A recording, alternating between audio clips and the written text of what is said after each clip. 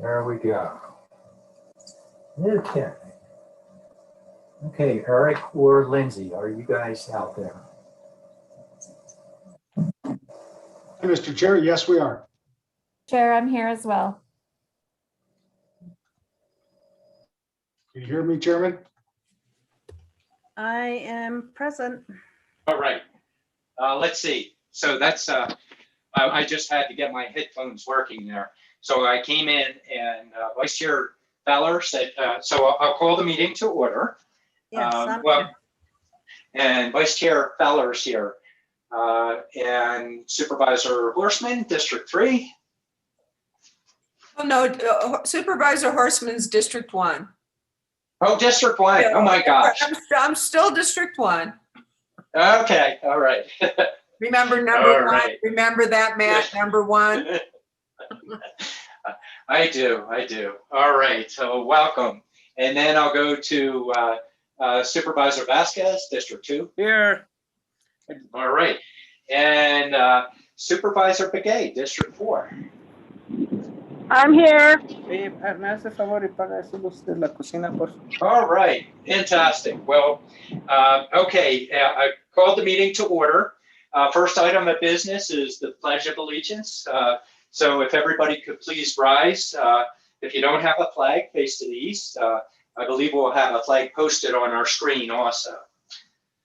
I pledge allegiance to the flag, and to the United States of America, America. and to the republic for which it stands, one nation, under God, indivisible, with liberty and justice for all. All right, wonderful. What a wonderful country. So we have the Pledge of Allegiance. Now the next item, and the only item that we have for tonight, is a public hearing and consideration and possible adoption of the resolution 2021-05, approving a CUP modification to the CUP 14-039 to allow the sale of water from a standpipe to private individuals on 14.3 acres in general, that's the G zone, 10-acre minimum parcel size. Zone is located at 7887 East Old Route 66 within the Parks Area Plan, and is also identified as Assessor's Parcel Number 203-17-001. And the first item, I'll just generally explain the process that we're going to go through, lay out a little bit of ground rules, and then I'll need to turn to the board, and we may go into executive session here. However, let me start out. We have a case, CUP, that was approved by the Planning and Zoning Commission. It was then appealed, and within the 15-day period, which is correct. If people are individuals or others may wish to appeal a case. With an appeal, what we'll do in terms of process is we will have staff lay out the application. And what I want to do is then have the applicant, I'll provide 10 minutes for the applicant to lay out their case associated with the application. I will then provide 10 minutes for the appellant to explain their appeal. We would then go into public hearing. After the public hearing, we will then allow 10 minutes for the applicant to respond, and we will allow 10 minutes for the appellant to respond. And so very important notes. Now I'm going to go over this a little bit, and we'll repeat a little bit of this in terms of public hearing and testimony. So this is a hearing. It's not a discussion with the board. It's not a Q&A. It is a hearing. And in hearing, what we do is we provide 3 minutes for individuals to state their case, whether for or against what is occurring here tonight. We ask for mutual respect. When you address the board, actually you're addressing the chairman. You will be addressing me. And I can bring the board into the discussion. I'll be guiding the meeting associated with it. There are always people that have differences of opinion. People are nervous when they go and try and testify publicly. So it's really important. Mutual respect. There will be areas of disagreement in this case for that. I'll provide an opportunity for each person to speak. It'll be coordinated by Lindsay Daly, a little bit by Eric Peterson, but he'll have to go to another meeting. But Lindsay, our clerk, will allow people in when they're called on. We will clock it and then ask you to summarize quickly if you're hitting your 3-minute boundary. And we'll allow everybody to have an opportunity to do that in the hearing itself. So that's those help you understand the process itself. After the appellant speaks, the board brings it back, closes the hearing, and brings it back for discussion. They may ask, through me, the chairman, may ask to have the applicant come back or the appellant come back for additional questions and/or staff. That's a possibility, although we may not do that. We may go into discussion and then work towards our final determination associated with the appeal that we have before us. So with that, I also I want to turn to the Board of Supervisors, and for the public, this case has been litigated before. So I think it's important that the board is advised by our attorney about our legal process, consideration and understanding that we can't be arbitrary and capricious. So we can be advised associated with that. And then advice associated with the past case. So I would turn to our county attorney looking at these items. Would it be your advice that we go into executive session? Yes, Chair Ryan, I think that is my recommendation, that the board goes into executive session for some legal advice prior to initiating the hearing on this item. Excellent. Okay, very important for us, so we can have appropriate legal advice associated with it. For everybody that's here, be patient. May take us a little time to come back. We will come back to this meeting. You can sit in this meeting. The board itself, after we vote on this, you will need to leave this Zoom meeting and then hop into the Teams meeting that's posted for executive session. You have to turn off the Zoom meeting though. So with that, and hearing our advice from council, I need a motion to go into the executive session. So move. I have a motion by Vice Chair Fowler. Second. Looks like I have a second by Supervisor Vasquez. All in favor of the motion, vote aye. Aye. All right, motion carries. So board members are leaving this meeting. We'll come back after we come out of executive session.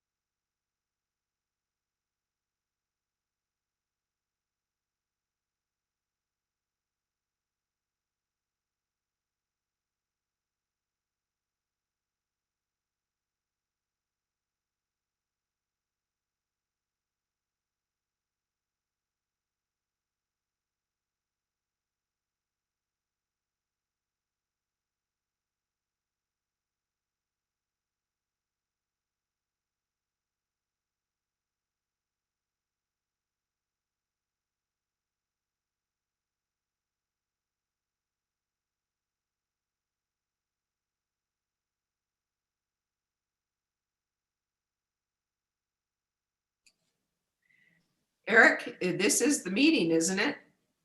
Yes. Yes, it is. There you are. Mhm. Yes, I am. Okay, let's check in and make sure we have all board members here. Okay, I'll go to District 1 Supervisor Patrice Horstman. I'm here. Good evening, all. I'll go to District 5 Vice Chair Fowler, I am present, Mr. Chair. and your volume also works. And District it 2 worked. Yay. and District 2 Supervisor Vasquez. Hello, everyone. Good All evening. right. And then District 4 Supervisor Judy Bickey. I'm here. All right, fantastic. Okay, so we've returned out of executive session after getting advice from our counsel, and we are now returning to the public hearing. And as I noted before, we'll go through with the staff presentation.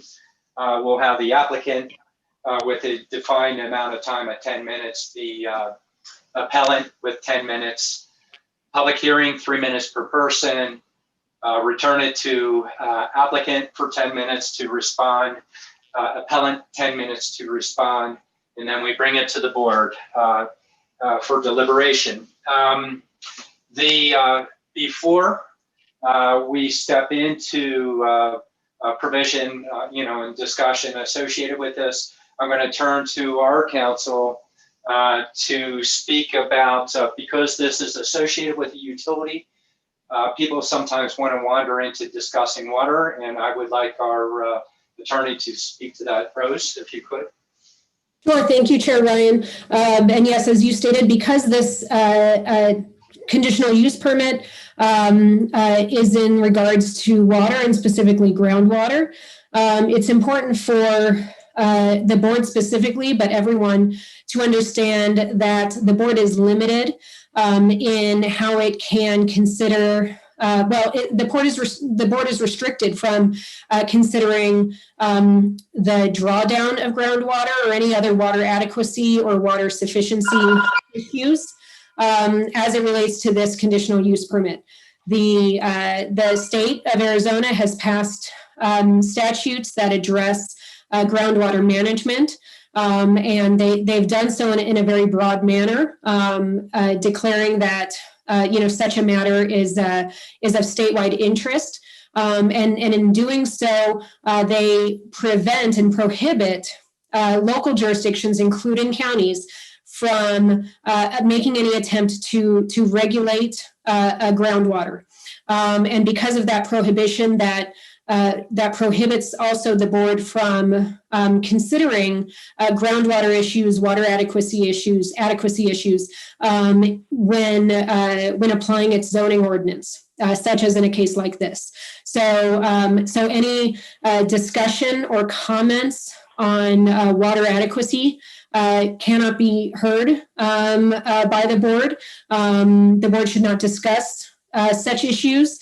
And I believe, Chair, I would recommend that you ask the public, any members of the public making comment, and certainly as well the applicant and appellant making comment, to not raise those issues because the board is prohibited from considering them.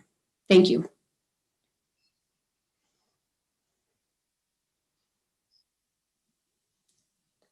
And you're on mute, Chair.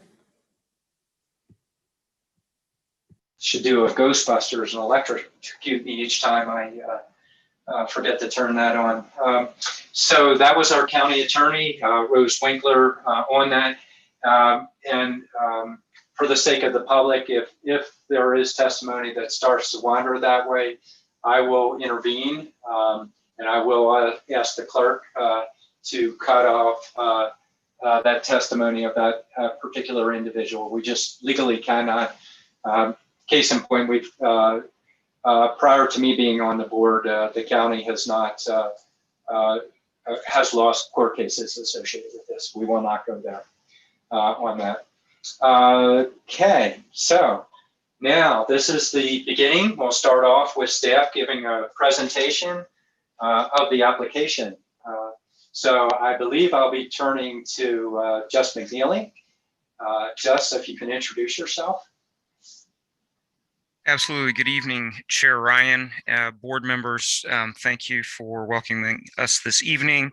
My name is Jess McNeely, and I am on Community Development Department staff. So I will now share my screen and give a presentation on this request.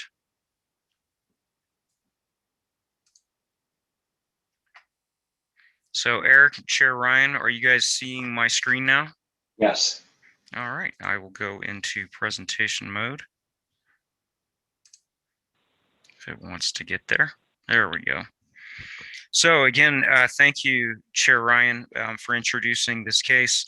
Under our filing system, it is CUP-20-28, the wagon wheel utility or standpipe conditional use permit. So this request is to modify an existing conditional use permit. That would be CUP 14-39. 1439 was approved for a utility facility, a water standpipe. The request now is to modify that conditional use permit to now allow the sale of water to private individuals. The location of this property is at 7887 East Old Route 66. This is within Parks. And I believe, Chair Ryan, you indicated the parcel number at the beginning of the hearing. The property owners here is the Cerna Family Trust. The size of this property, it's all on one parcel, and it totals 14.3 acres. This is in the G general zone, 10-acre minimum parcel size. And it is within Supervisor District 3.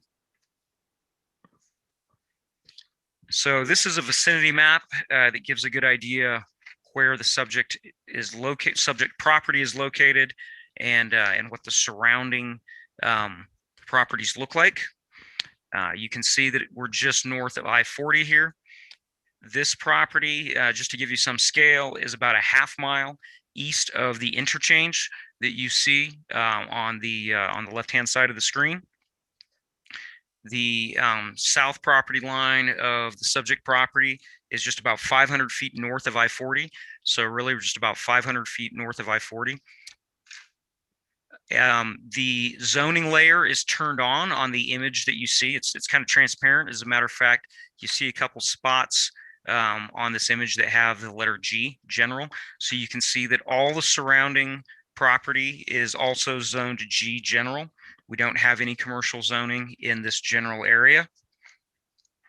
If you're familiar with the area, if you got off at this interchange to the west of the site and wanted to head down Old Route 66 back towards the site, the first property you would see would be a property with a use permit from ADOT that I'm pointing to here that has some material storage on here for ADOT. So there's piles of cinder material, other earth material, and you see these big long lines here. Those are concrete barriers. Many of us commonly call those Jersey barriers.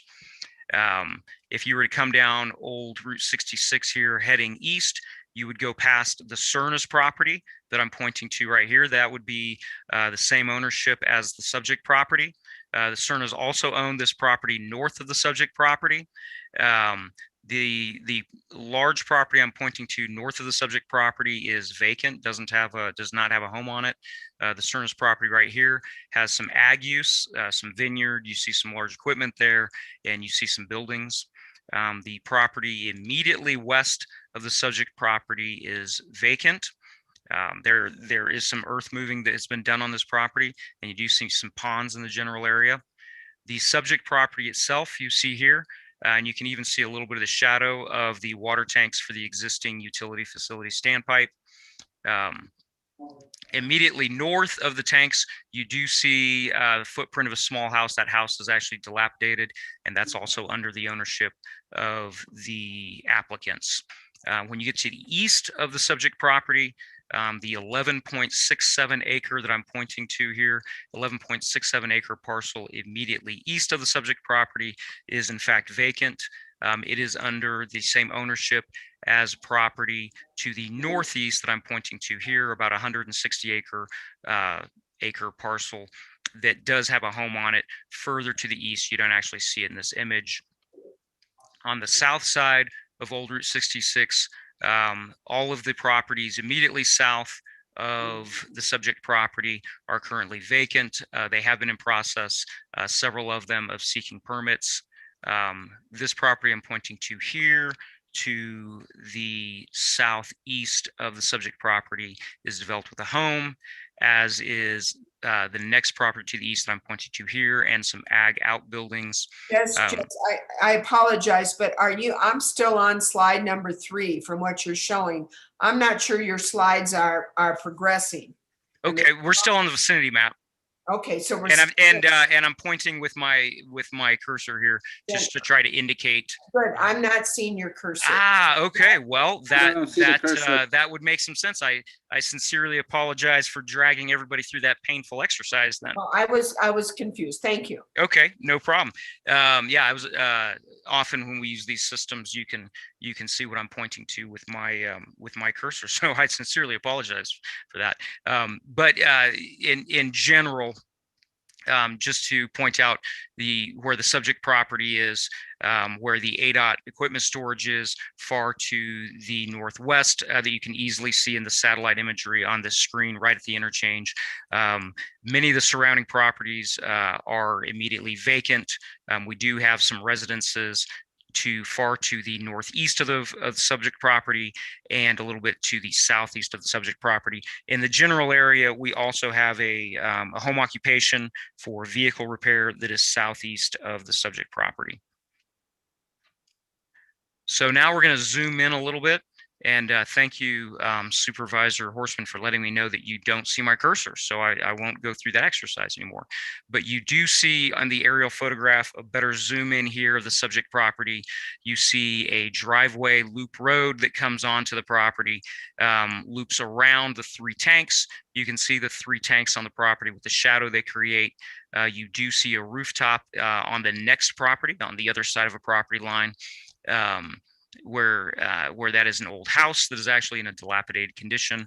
And you do see East Old Route 66 to the south of the property.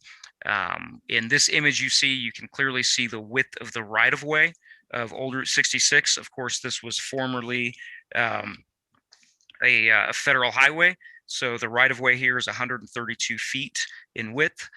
This is a county-maintained paved road, and it is designated in the county road system as a major collector. These are some site photos taken from Old Route 66 towards the site. Caught one on the upper left-hand corner when we had snow on the ground. You can clearly see the 3 tanks on the site, and the one in the lower right-hand corner is without snow on the ground. But again, you see the 3 tanks. You see the white fence around it, and you can see other bits of the infrastructure around it. When we look just before you go on, can you make your slide full screen also? Sure. Yeah. It'll help for visualization. Absolutely, I appreciate that. I did not realize it was not in full screen. I may need Eric's assistance in getting this to a full screen. All right. Are you working on that, Eric or Lindsay? What do you guys?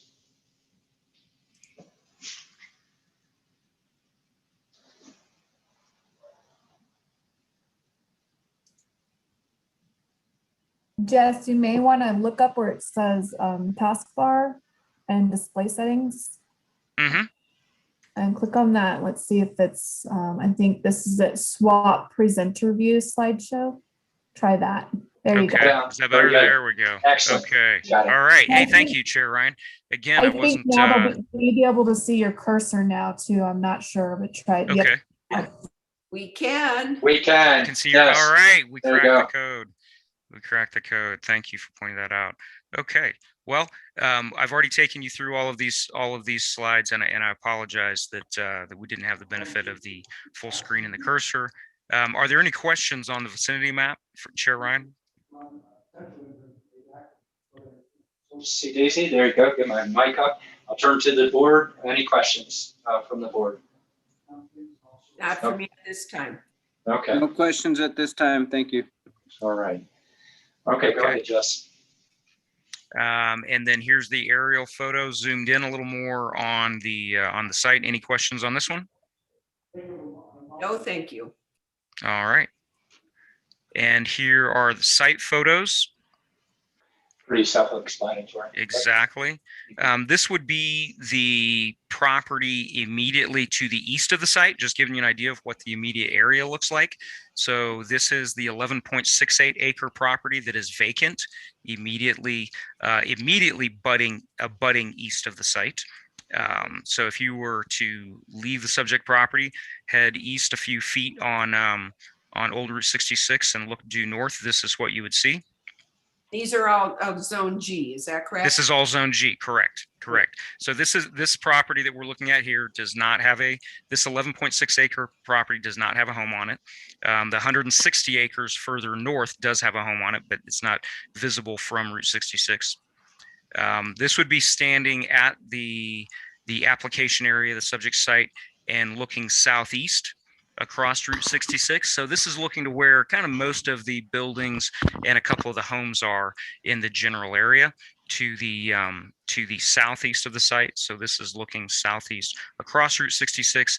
And in fact, you actually see I-40 in the background over here. This is a semi truck on I-40. A couple of the vacant properties immediately south of our application area have some metal storage containers on them, and you can see some kind of ag type outbuildings or accessory buildings on some of these properties. This is standing right at the driveway onto the subject property, the application area, and looking due south. So you see I-40 in the background. As a matter of fact, you can see some trucks on I-40 in the background. And you see a box trailer on the private property immediately south of the subject property, south of Route 66. At the time, they had a backhoe on the property. We're doing some work on this property as well. This would be looking into the ADOT storage yard that is northwest of the subject property, right at the interchange. So that's what the ADOT storage yard with their material storage looks like from the interchange. So Chair Ryan, if there's no other questions, I'll go on talking about the background of this case. Please do, Jess. Okay. There's been a utility facility on this site for quite some time. A standpipe has been in use since its first approval in 1988. That approval was conditioned to be limited to the applicant's hotel. The applicant did at the time own a hotel on the south side of I-40, so not too far from this location, but on the other side of I-40. In 2014, the applicant requested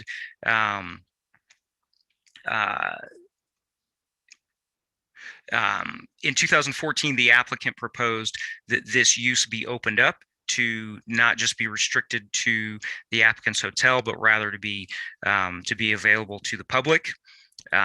Eventually, when the 2014 hearing made it to the Board of Supervisors, the approval at the Board of Supervisors was to keep it limited still to the applicant's hotel and to the local fire district. Since that time, the hotel was sold to the Kadampa Temple. If you drive west on I-40 towards Williams and look to the south side of I-40, you will see the Kadampa Temple. That's on the same site as the applicant's former hotel. The applicant indicates that now they have sold the hotel site. These wells produce more than they need for their use. So the applicants do wish to modify their conditional use permit conditions to allow water sales to individuals. And they did specifically ask that they sell to individual end users, not to commercial haulers and not to commercial vehicles. So that would be just to typical passenger vehicles, pickup trucks, not to commercial size vehicles. So the public participation and hearing on this case, the applicants did hold a neighborhood meeting. They did their citizen participation plan All of the noticing in this case was noticed at 1,500 feet from the site. So that was for the neighborhood meeting and for all of the public hearings. The applicant held citizen participation neighborhood meetings in March and April. According to their report, they had 12 participants. In addition to that, on June 4th, 2020, they sent out a letter to surrounding neighbors asking for more input. 15 neighbors did provide a response to the applicants, both supporting and opposing the requested expanded use. This request went to the Planning and Zoning Commission. It was approved by the Planning and Zoning Commission with conditions that are in your draft resolution in your packets. A property owner to the east, that would be Mr. Robert Hing of Paradise Valley, Arizona, filed an appeal to the Board of Supervisors, which is why the board is hearing this request now. Of course, a conditional use permit can be approved by the Planning and Zoning Commission. They have the authority to approve Planning and Zoning Commissions. They have the authority to approve conditional use permits, but their approval can be appealed to the board. When we look at the conditional use permit findings of fact, there's 4 of them under the zoning ordinance as enabled by state statute, and I'll read these 4. The first one, that the proposed location of the conditional use is in accord with the objectives of this ordinance and the purpose of the zone in which the site is located. The second one, that the proposed location of the conditional use and the conditions under which it would be operated or maintained will not be detrimental to the public health, safety, or welfare, or materially injurious to properties or improvements in the vicinity. The third, that the proposed conditional use will comply with each of the applicable provisions of this ordinance, except for approved variances. And the fourth, that the proposed conditional use is consistent with and conforms to the goals, objectives, and policies of the general plan or specific plan for the area. And so on item 4, that would be reference to the county's comprehensive plan, and in this case, the parks area plan. So on these 4 CUP findings of fact, the Planning and Zoning Commission was able to make those findings and approve the conditional use permit. When we look at the comprehensive plan policies that would apply to the request as the proposed use as a utility facility, we see under the community services section of the comprehensive plan, policy number 2, that utility facilities shall be located in a manner that is sensitive to community character and environmental and scenic resources. And then under the land use and growth portion of the comprehensive plan, we have policy number 45. The county shall work closely with applicants for public use and service land uses to minimize the potential impacts on residential areas, rural character, and the environment. And of course, the Planning and Zoning Commission did make the finding that the request conforms to these comprehensive plan policies. When we look at the parks area plan policies under the community facilities section of the parks area plan, there is policy number 1, that public and semi-public uses shall be approved at locations convenient to the population being served, provided that such locations are not detrimental to surrounding neighborhoods. Under the sustainable and reliable water supply portion of the parks area plan, there's policy number 4, that proposed water development projects, i.e. commercial wells, etc., that serve the local community shall receive favorable consideration by the Planning and Zoning Commission if compatible with surrounding neighborhoods and not detrimental to the public health, safety, and welfare. And when we look at the land use section of the parks area plan, there are policies number 7 and 8A. They read that new commercial development shall be limited to low water using neighborhood oriented uses that are primarily intended to serve local needs and deemed to be beneficial to the residents of the area. Highway oriented or regional commercial uses shall not be permitted in the study area and shall be encouraged to locate in Williams, Belmont, or Flagstaff.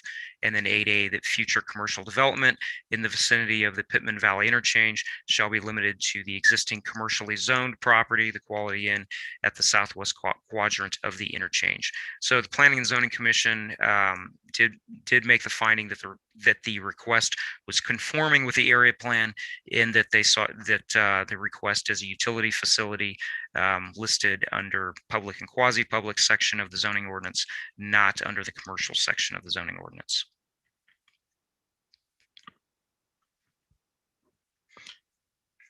So this is a graphic of the Parks Area Plan map. So the bold outline of the map shows the outline of the area that falls under the Parks Area Plan, and it will point out where H is indicated here, which is the Pittman Valley area, and I'm pointing right here with cursor to where the application area is within the Parks Area Plan. So being that the findings under the zoning ordinance also require that the request is consistent with the zoning ordinance, we point out that a utility facility is listed as a public, quasi-public use, not a commercial use, in the land use zoning matrix of section 2.7 of the zoning ordinance. And utility facilities are permitted in the general zone with approval of a conditional use permit, also under section 2.7. So, and with that, the Planning and Zoning Commission did make the finding that the request was conforming to the zoning ordinance. So with that, Chair Ryan, I'll point out that the Planning and Zoning Commission made the required findings of fact. They did approve CUP 20-28, subject to the 8 conditions that are in your draft resolution, Resolution 2021-05. If necessary, I could switch screens if anyone wants to take a look at those conditions. And with that, Chair Ryan, I'd be happy to stand for questions. All right, there we go. Questions of the board with staff presentation. Supervisor Horstman. Yes, thank you. And thank you, Jess, very much for this very complete presentation and information. You all have done a great job of bringing us up to speed on this. So I want to thank you very much. So I have a question, and I'm not sure if you can answer it or if this has to wait. I understand that this would be used for private end users, and the water would be passengers, pickup trucks. Is there a limit on the number of folks that could, individual end users that could come with their pickup truck or their passenger vehicle to get water in this site? So Chair Ryan and Supervisor Horstman, no, the approval at the Planning and Zoning Commission did not impose a limit of the total number of residential end users who frequent the site on a daily or weekly or monthly or annual basis. So there's no limit on the total number of people using the facility. There are hours of operation that were approved by the Planning and Zoning Commission from 7 a.m. to 7 p.m. But to answer your question, no, there was no limit on the total number of users. So, and then a second question is, if in fact the temple that they sold the hotel to, could the temple as an end user using trucks be able to come and fill up at that water site and bring it to the temple now? That's a good question. So that's something we wrestled with Chair Ryan and Supervisor Horstman, being that the current existing conditional use permit did allow supplying that hotel with water. Staff's simple response to that has been that yes, that the applicant could continue to provide that hotel with water. But no other hotel is what you're saying?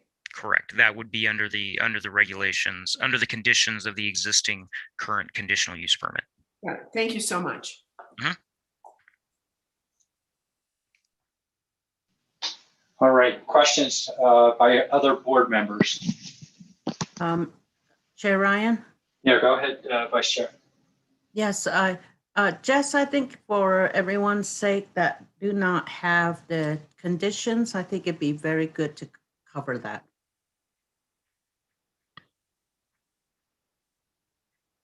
Okay, so Chair Ryan, and thank you Supervisor Fowler for the question. Chair Ryan, based on Supervisor Fowler's question, would you like me to bring up Please. the conditions? Sure. Yeah, page 3 of the 176. May be different in your slides.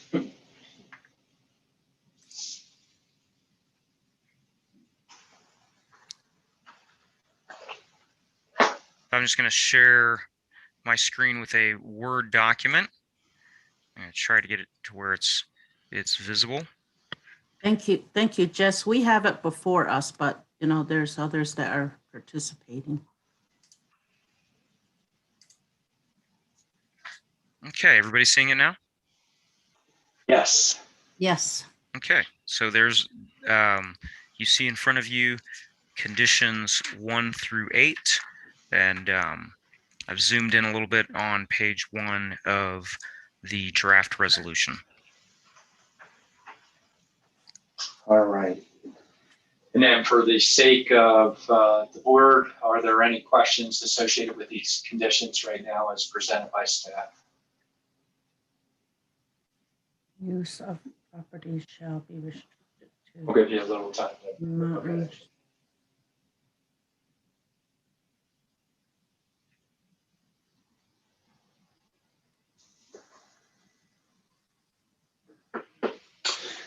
So Jess, while they're looking at that question that I have, you know, trying to remember, been reading so much I start to lose track of what I'm reading.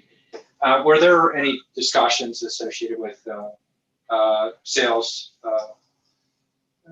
as it relates to utility and the property? So Chair Ryan, this is Jess. Could you restate the question, please? Yeah, were there, sorry about that. We're kind of multitasking here. While they're reading that, I wanted to ask the question, when planning and zoning had this, and or as you did your analysis, were there any discussions associated with sales related to the property for the utility itself? Sales occurring on the property as it relates to the utility. So Chair Ryan, I apologize. I'm trying to understand. I'm trying to understand the question. Are you asking if there was discussion of expanding the permitted uses or the conditions that limit the uses, but expanding the allowance under the conditions of the conditional use permit to allow utility level sales? Asking if you had, if the commission or staff had discussed that, yes, on you know, on sales, on property sales as it relates to the utility. Am I still confusing you? So Chair Ryan, yeah, really, Inductive, deductive, yeah. Yeah, we just focused our efforts on what the applicant requested. Okay. The applicant's conditional use permit, as it currently stands, limits the use of the water from this utility to fire districts and to their hotel. Their request was to allow the sale of water from their utility to individual property owners, end users, and that is really where the discussion, the analysis for staff and the discussion at the Planning and Zoning Commission stayed was just focused on what the applicant requested. Okay. And that was, but it wasn't discussed whether on-site or off-site on that. Correct. Okay. So, yeah, to answer your question, Chair Ryan, there was no discussion of off-site sales from the property. Okay. Thank you. Okay, Supervisor Fowler, are you good with and the rest of the board members on seeing the conditions that are presented? I am. I just want to make sure that everyone can see the conditions that are outlined. Okay. That was a really good idea. We have them in our report, but again, there are many people viewing this and they may not have the files that we have in front of them. All right. Any other questions of staff on this?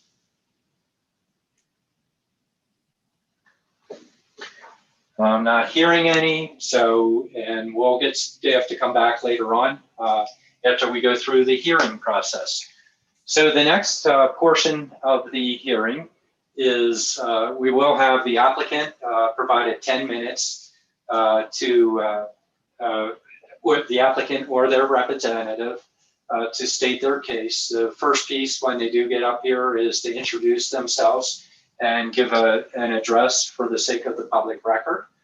And then once you do that, we'll start a timer to provide you the opportunity to present your case. So actually we need to check in with Lindsay. Are you running this at this point? Eric's not on it anymore? Yes, I'm here, Chair Ryan. Just Okay. the name of the applicant to make them a panelist. Yeah, Jess, can you help us here? Yes, the applicant's name should be Ann Cerna. Should be someone with the Cerna name. Okay. And once Ann gets in here, I'd be curious, is it only you presenting, Ann, or if you're having somebody else, we can admit them also?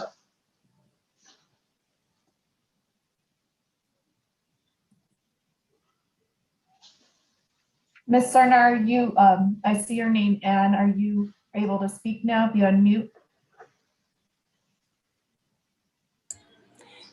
Hi, Chair Ryan, can you hear me now? I can Oh, hear. thank goodness. There you go. Me and computers don't get along very well. Oh, guys, this Zoom world is interesting. So Ann, I would assume you're going to present. Do you want to have any other people admitted that will help you present your case as well? It is just myself, Chair Ryan. Okay, there you go. So if you could go ahead and give us your name and address for the record. And then once you do that, Lindsay will start a timer associated with your presentation. Oh, you're not going to need a timer. I'm going to be brief, Chair Ryan. And fellow commissioners, my name is Antoinette Cerna. My address is Grand Canyon, Arizona, 86023. And thank you, Chair Ryan and fellow commissioners, for consideration of this case this evening. You've already had a long evening. I'm so sorry that you took this almost an hour in executive session. Good grief.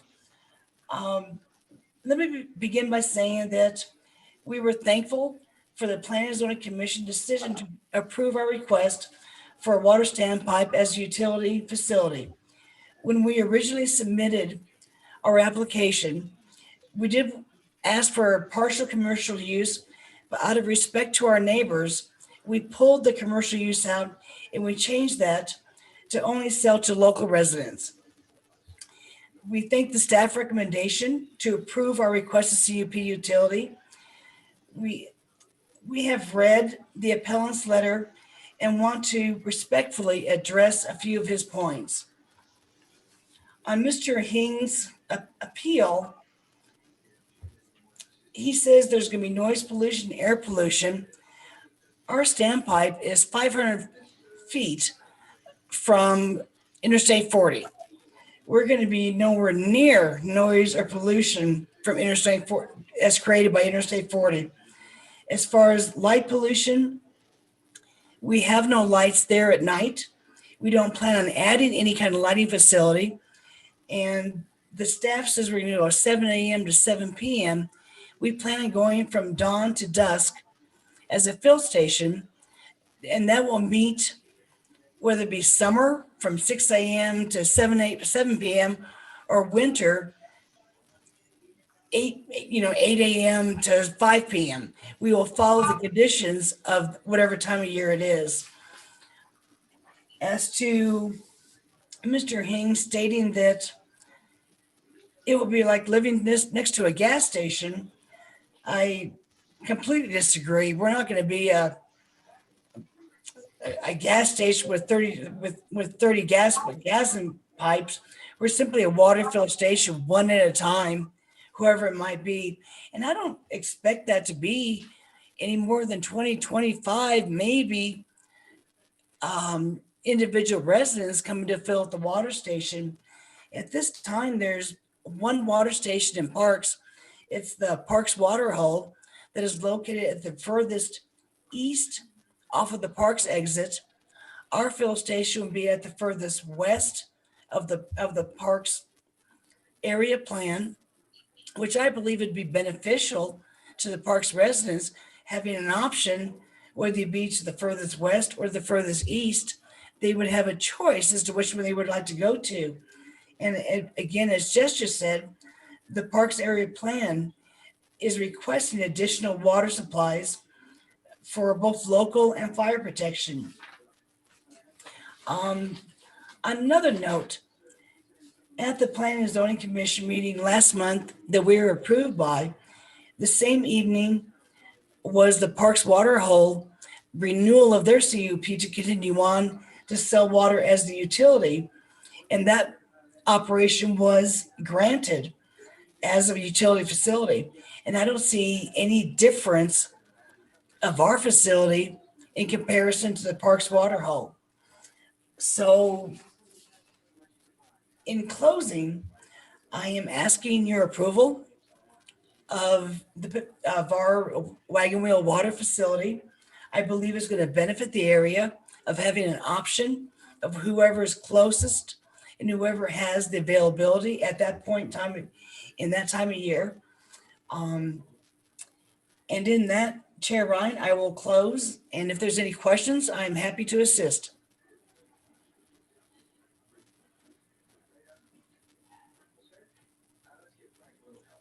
Chair Ryan, you're on mute. I keep doing that. What we'll do is, rather than taking questions at this point from the board, since we're on a time testimony because it is an appeal, giving each party equal time, if questions come up, we'll wait until after the hearing process associated with that. I agree with you, Chair Ryan. Okay, thank you. And next up, what we need to do is Lindsay is going to manage moving people in and out of as panelists. We have our appellant, Mr. Hing, I believe, and or his representative. So Jess, can you help advise us on who we have here?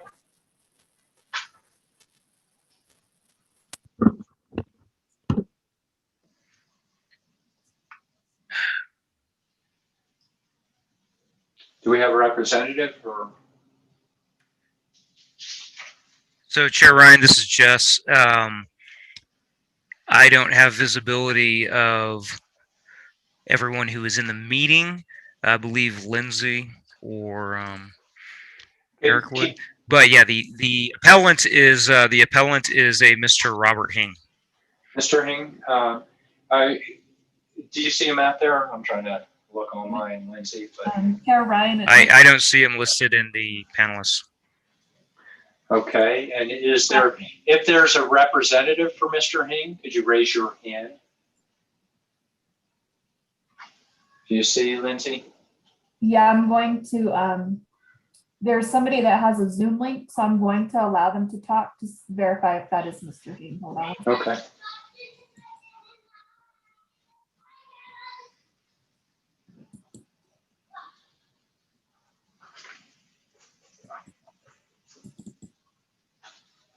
Mr. Hing, can you hear us? Is that you with the Zoom link? Well, can you hear me? Yes, we can. Okay, fine, then I can't, somehow my screen is, it went sort of blank, but anyway, okay. You can all hear me? We can, if you could say your name and address for the record, please. Yes, my name is Robert Hing. I live at 6145 East Joshua Tree Lane in Paradise Valley, Arizona.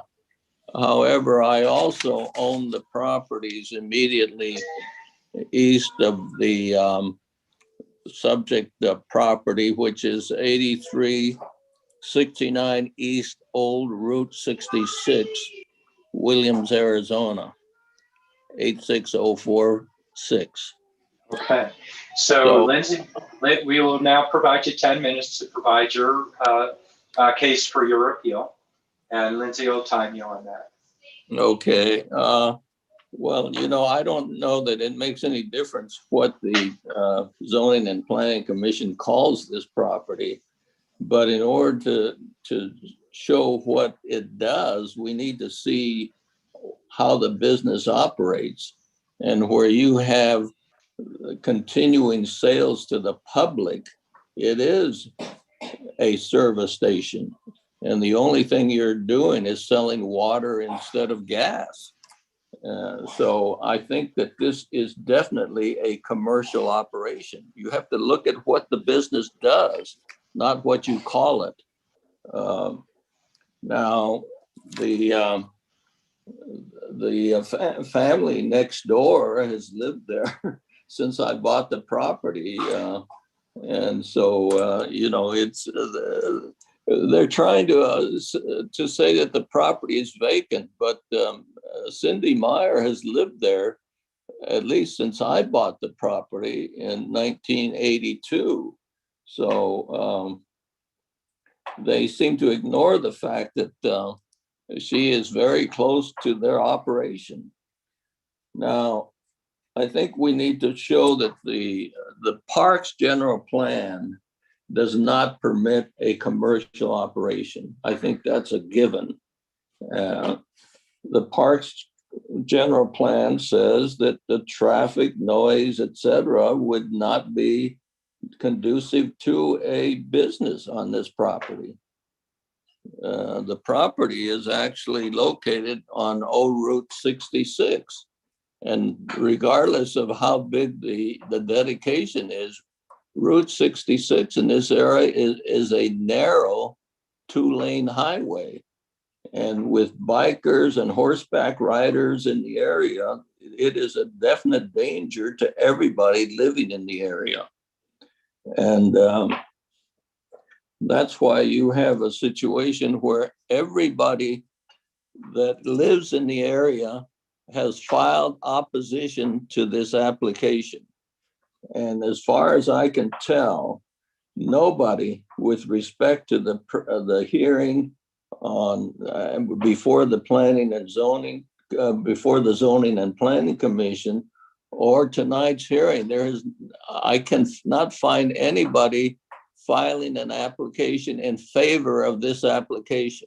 Now, they go back to 2020 and 2014, etc., but that does not pertain to this particular hearing.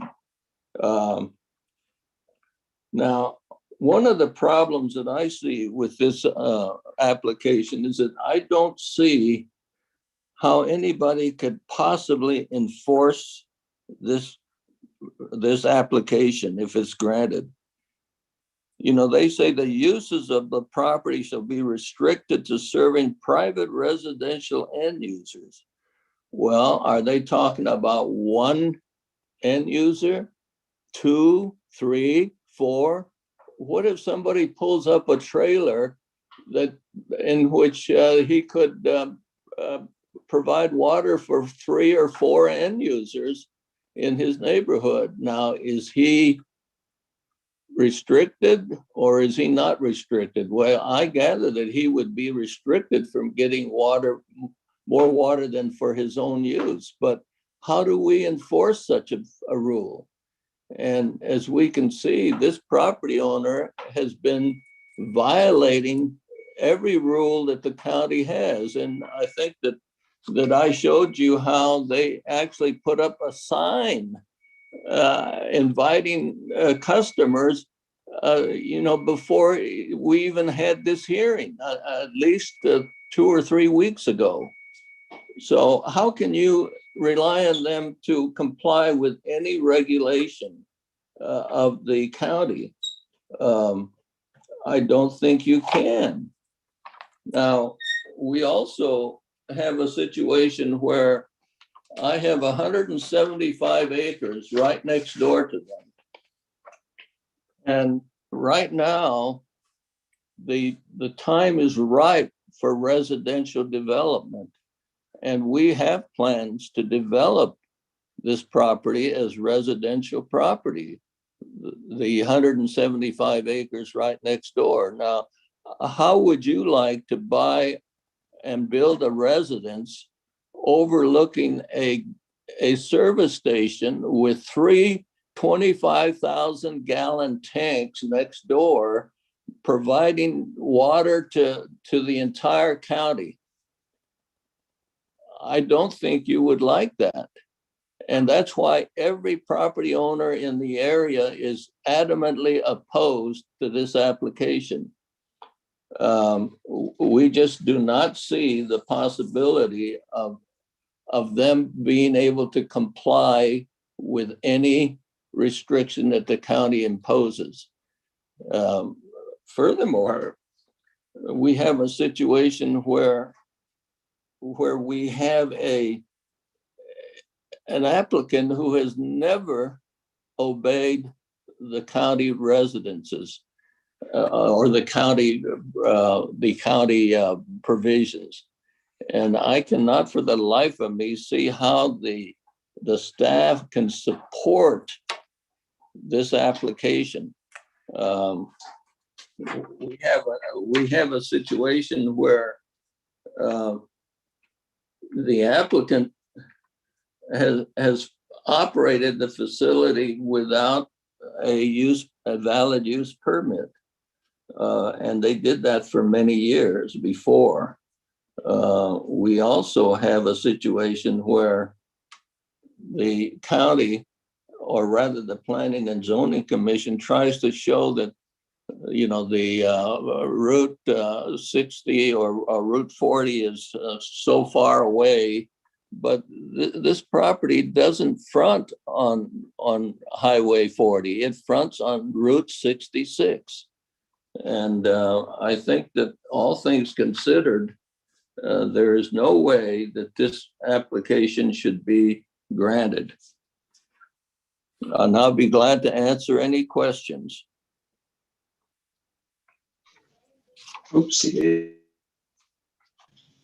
There we go. My gosh. Trying to turn my microphone on. So Mr. Hing, again, what we'll do is we'll hold off questions until we go through the hearing process. And if the board desires to ask either you as the appellant or the applicant a question, we'll do it at that point. So that'll conclude the first testimony by the applicant and the appellant. Again, you will be provided the opportunity, each of you, to have 10 minutes after the public hearing process. The next step that we have is that we are going to begin with the public hearing process. Again, in case people joined us late, the procedure that we'll have is each person that wishes to testify, we will provide you 3 minutes to testify. You don't have to use all 3 minutes. If you've heard points that were made prior that you agree with, that would be a way of acknowledging it. We can understand that you too have a similar position. And I would assume that we would have a number of people that want to speak. And so this will help us get an understanding of points that people are making. Speak to the case, not towards individuals. And you are speaking to me as the chairman of the board. Mutual courtesy, again, people are, they're nervous when they come to speak in public, and it's a mutual courtesy of difference of opinions that will occur here. Now, with that said, one last piece, as noted by our county attorney, you cannot discuss water and availability associated with water. This is a discussion as it relates to the permit, the application in the permit, and the use, understanding that it is a standpipe which delivers water, but we will not discuss anything associated with the water itself. If anybody begins to testify on that, I'll ask you to stop that. And if you don't, we'll have our clerk of the board cut you off and remove you from testimony. So the way to do this, Lindsay, explain the raising of the hand to provide the opportunity for people to speak. And Lindsay will be also timing on this. And so who do you have first up, Lindsay? Chair Ryan, I have quite a few attendees that have their hands up, so it looks like our attendees know that if you want to speak, you can go ahead and click the raise your hand button so we can identify you. The first person that had their hand up was Cynthia Meyer. So I'll go ahead and allow Cynthia Meyer to talk. And once we get you in, we'll make sure you're in so we can hear you. And we'll ask you to state your name and your address for the public record, please. Hello, my name is Cynthia Meyer, known as Cindy. I reside at 8369 East Old Route 66, Williams, Arizona. And this is the property that is currently owned by Mr. Robert Hing. Okay, so Lindsay will begin your clock, and please, Cindy. All right, thank you, Chair Ryan. Mr. Hing covered some of the issues that I had brought up. I just wanted to ask you and your fellow Board of Supervisor if you received my email that went over a lot of the issues. Yes. Okay, so I won't go over all of that. You have that information. I just wanted to respond to Mr. McNeely's when he laid out the citizen participation from their staff report of January 27th, 2021. And it stated that the applicant held 2 neighborhood input meetings in March and April. There's no year, and the reason there is no year, myself and the other residents never heard of any meetings in March and April, and I do believe it was because those meetings were those meetings that were held in 2014, which we did attend those, not 2020. So I wanted to make sure that I noted that. The other thing I would like to bring up is the non-compliance. And it was 21 years since their first CUP 88035 that was issued in 1988, when they finally came with their new application in 2014 to sell water from the standpipe. And at the time, the Mountain Ranch Resort was still in business. And then as a result of that and the appeal, it was granted another 5-year conditional use permit, which expired in 2020.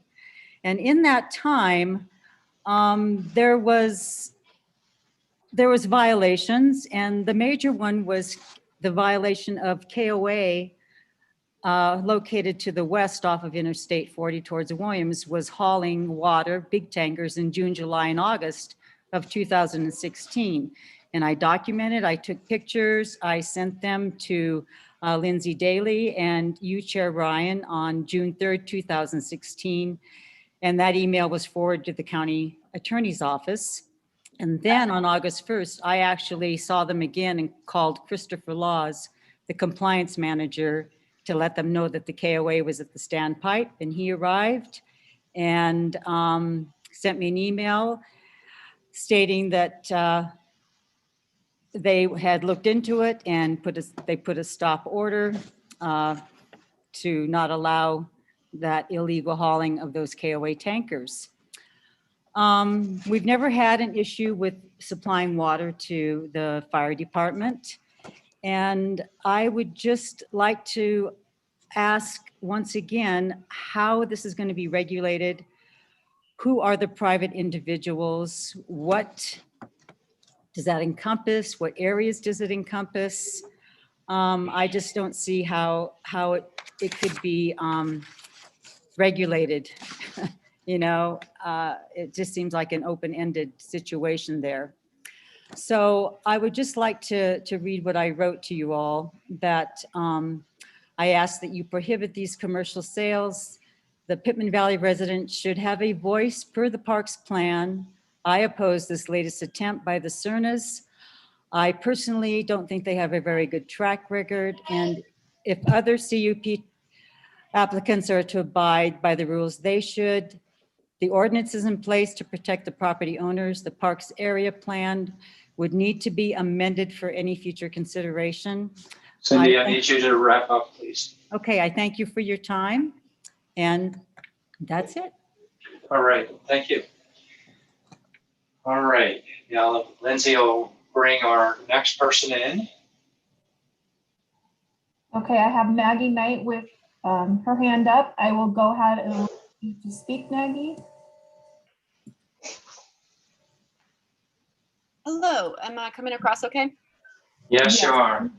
So if you can state your name and address for the record before we start the clock for you, Maggie. Sure, and I'm going to state the name of myself and my husband and our address, and then following that, I have been asked by 7 additional neighbors who are unable to join us tonight, and I have their legal names and addresses. And I was wondering if the chair would grant me 6 minutes to speak as I'm talking for the 7 additional neighbors, and I don't think I will need that time. No, Maggie, I know you've submitted some information into our record, which we had the opportunity to read. So that helps you consolidate it. At this level, no, we don't get into bartering and exchanging time. Each individual is provided 3 minutes. So if they wish to speak, they get 3 minutes, but it's not to be bartered or traded. So I need you to quickly summarize your points. And we haven't started the clock. Sure. Okay. Right, I will start with names and addresses. My name is Margaret. My husband's name is Stephen Knight, and we live at 8026 East Old Route 66, Williams, Arizona, 86046. The first neighbor is Larry D. Rencher and Dorothy Rencher at 127 Sherwood Forest Road, Williams, Arizona. The second neighbor is Wilfred D. Rencher at 249 Sherwood Forest Road. Additionally, we have Paul and Janice Osborne at 1 North Sherwood Forest Road. And then we have Cody Slim at 8058 East Old Route 66. Thomas A. Carter at 407 North Good Lane.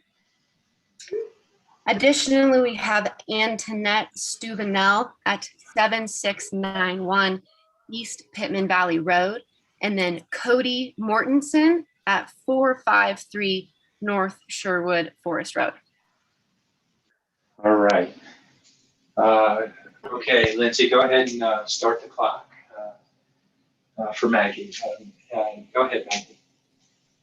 Great. So I would like to reference the Parks Area Plan on page 28, that the plan section is titled Water Availability, and that section states that perched aquifers are not adequate to meet the needs of the community.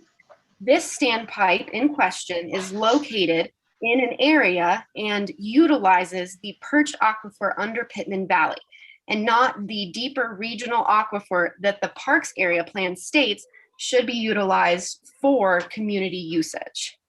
So Additionally, Maggie, because you're reading from the Parks Area Plan, that is allowed, but if you get into the discussion of the availability of water, I have to cut you off on it. Yes, Okay. sir, I understand. That was my only usage. Additionally, the Parks Area Plan discusses that there are to be no commercial businesses outside of the 500-foot mark of the interchange. And the parcel in question, as Mr. McNeely said, is located half a mile from the interchange, which is actually 2,640 feet, which is larger than 500 feet. And then additionally, I believe that Mr. McNeely portrayed our neighborhood as vacant lots with very few landowners. According to the Coconino County Parcel Viewer, there are about 40 landowners in the entirety of Pittman, and there are close to 30 homes. So as the board considers this plan, I believe it's important that there are actually quite a few homeowners in which this decision impacts. Additionally, Kadampa, the Buddhist temple, is a large international corporation, and I believe is considered a business, not a resident. And in the planning and zoning meeting, Kadampa was not discussed nor approved as a approved source, and I believe that it does not meet the need of residential end user, as it is a corporate retreat center and not a personal residence. Lastly, the conditional use permit states that the business owner must meet all the additional rules and regulations of the state water regulatory agency and ADEQ. At this time, there is no registered business by the name of Wagon Wheel Waterhoff on ADEQ's list of approved standpipe locations for Coconino County. And I believe that it would be appropriate for this conditional use permit to be approved once all state and ADEQ regulations have been met, not after the meeting. Okay. Lastly, I understand the how this is met as a utility under the broader Coconino plan. But just like federal laws are broad and state laws are more specific, I believe that in the planning and zoning meeting, they did not take an adequate look at the parks area plan and things like the character of the neighborhood and the no commercial use outside of that 500-foot mark. And I asked the board members tonight to consider those specifics as they relate to this area, as I think they didn't get enough consideration in the previous meeting. Time's up. Thank you. All right. Okay. Next up, Lindsay. Chair Ryan, I have an attendee named Judy that has her hand up. I will allow her to speak. Okay, Judy. Hi, my name is Judy Gillum.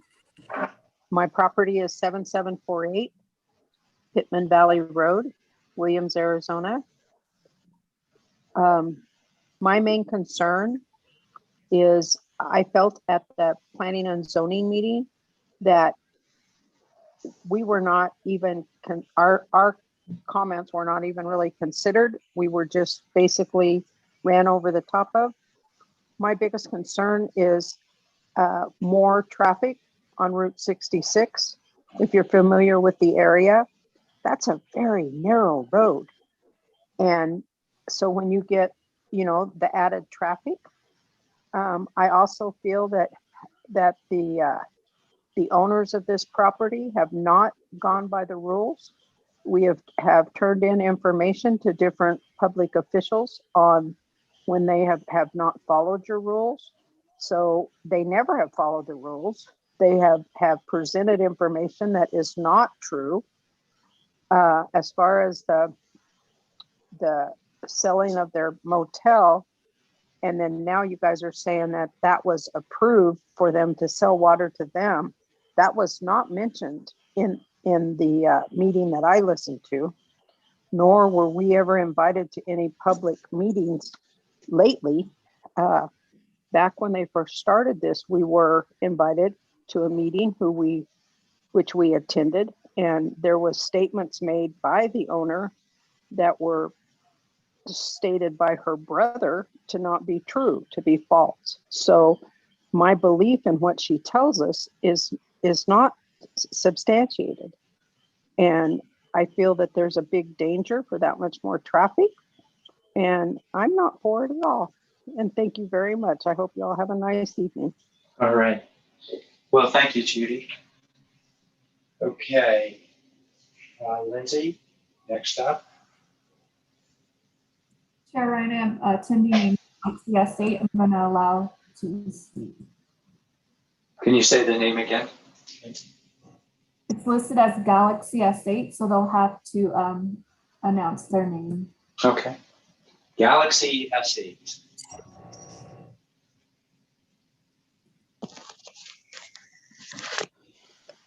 Yes, can you hear me? Yes, we sure can. If you can, again, provide your name and address for the record. My name's Pat Denbo and I'm 1130 North Bambi Road, Williams, Arizona. All right. We'll start the clock now. Go ahead, Pat. To start with, I'm out in the Deer Farm area. This is pretty much a 55 and older type of community. Most of us haul water from here and we go to the park's water hole. So as far as the traffic, it's going to eliminate all of us from using 66. And there's about 28 water haulers out here. And you would have Sherwood Forest who would no longer be using 66. And most of the water haulers don't get on I-40. They run 66. Another thing is in the wintertime, when we're all hauling water, everybody knows of the snow play area. Very dangerous when you're hauling water. This would eliminate that problem. All in all, I'm completely for this new water and hauling. I think water standpipe, and I think I'm speaking for most of the Deer Farm area and a lot of the Sherwood Forest. Thank you. All right. Thank you, Pat. Okay. Next up, Lindsay.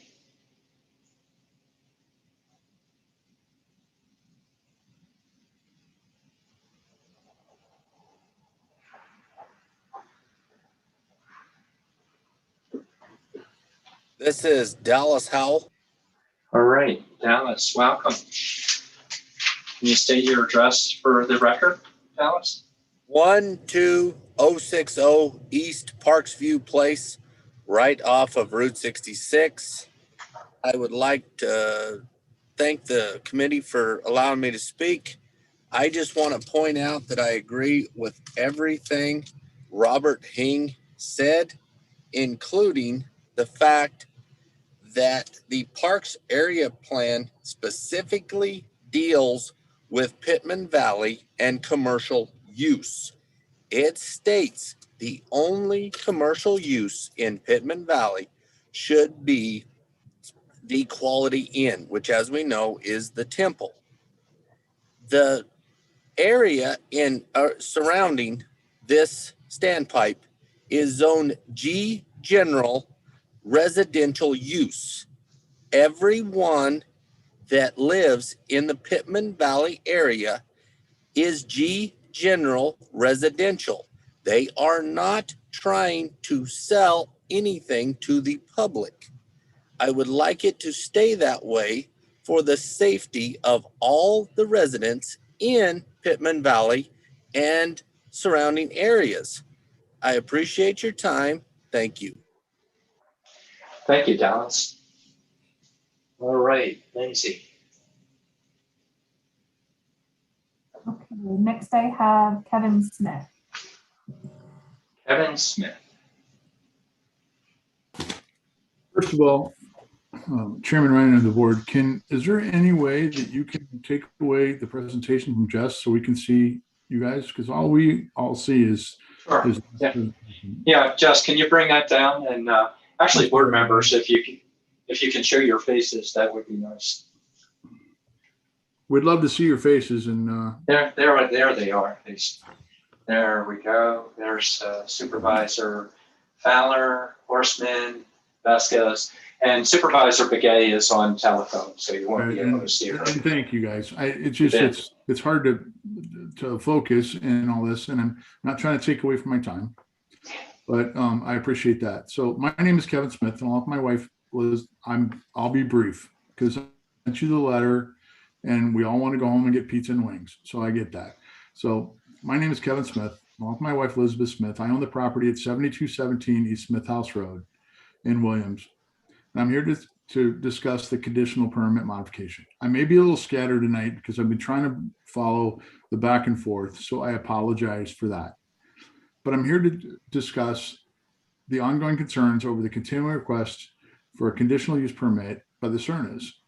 It's my understanding these applications have been heard multiple times, and now they continue to apply and change them over the past years, and it's continued to be declining. Which doesn't make any sense to me now that they had the hotel, they got the permit, which was fine. I get that. And then they don't, it gets sold. And now the temple comes in and says, we'll buy your water. But why do we need to expand that? Why do we need to put more resources or trucks, traffic concerns in our neighborhoods? And I will guarantee you with the Cerna's history, this is not going to be the guy with a 500-gallon tank in her back of the pickup or my 500-gallon tank on the back of my trailer. She's consistently shown an inconsistent and disregard for representation because there's nobody to go and actually modify this. Further, I'd like to address Ann's information, and I apologize. But instead, in looking at what Ann said, they have planned for 20 to 25 trucks a day.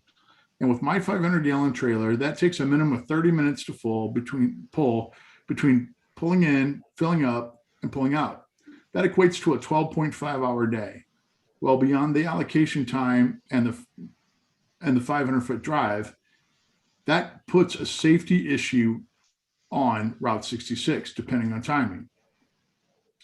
It's also my understanding the permit is not within the 500-foot interstate standard of having a utility.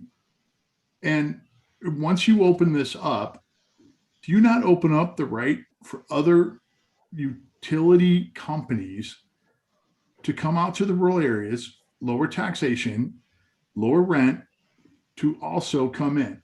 So is the next deal the fact that we're going to have Waste Management move in and park their trucks on one of the parcels next door that they buy out? This is incredibly wrong. We bought these properties out there because we wanted rural residential neighborhoods, not let commercial run in. I don't want a Circle K next to that property. Look, I understand some of you guys may love the city life. Some of you guys may love the rural life. But to put a commercial residential water truck system that you can't monitor because you do not have the funding because of the state and our taxation and our issues, you can't regulate it. And I'm sorry, but it's not your fault. It's what it is. You need to wrap up, Kevin. Then fine. Thank you. And by the way, to put this in there is wrong, and to allocate funds to try to regulate this versus putting these funds where they should go to help better people and better funds is where it needs to go. Thank you for hearing me. Thank you guys for hearing our appeal. All right. Thank you, Kevin. Next up, Lindsay. Chair Ryan, I have Lyle Delp. Laurel. Unmute. Okay, can you hear me? Yes, we can, Laurel. Well, this is Zale, not Lyle, but our address, hi, how are you guys tonight? Doing well. Good. Our address is 520 North Good Lane, which is right across the freeway from the proposed standpipe. Are we ready? Yeah. We as soon are. as you're ready there.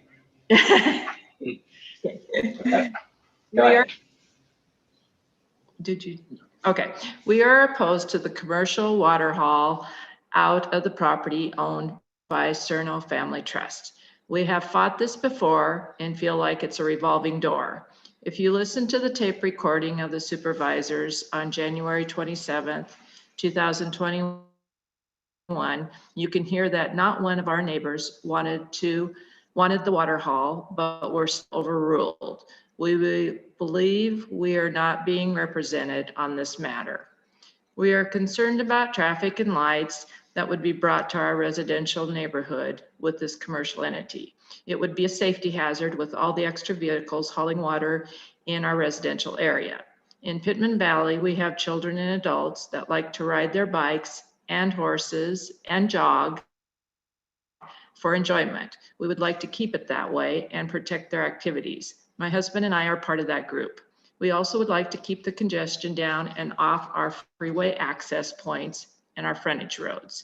Since we fought this project last time, which I believe is like 2014, 2015, Williams has added another water haul in front of Arizona, which is easy access to our residents that are without water, and also takes stress off of Parks Water Haul if they should run low.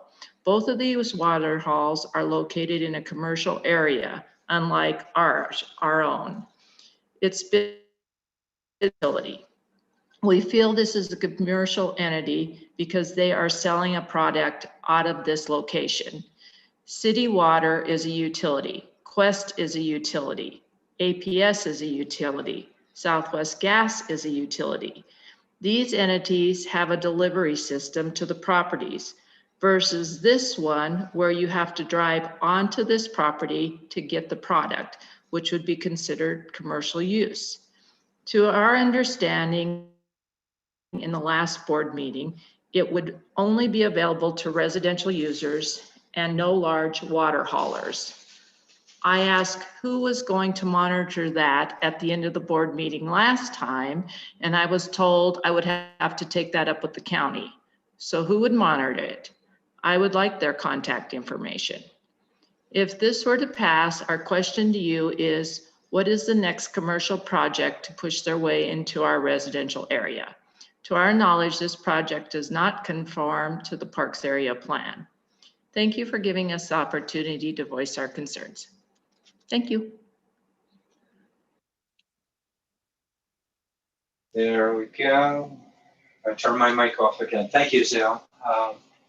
And let's see, who do we have now, Lindsay? Chair Ryan, I do have Kevin Smith raised his hand again. So we only permit one time for testimony. It is a hearing, and so it's not an exchange back and forth, but it's an opportunity for anybody to provide input, whether pro or con, and speak to the case is what we look for. Otherwise, is that it, Lindsay, that we've gone through? Chair Ryan, I showed two people that are on the phone. So for those of you that are on the phone, if you would like to speak, please press *6 so that we can allow you to speak. Very good. And this will take a little bit of time to get you on.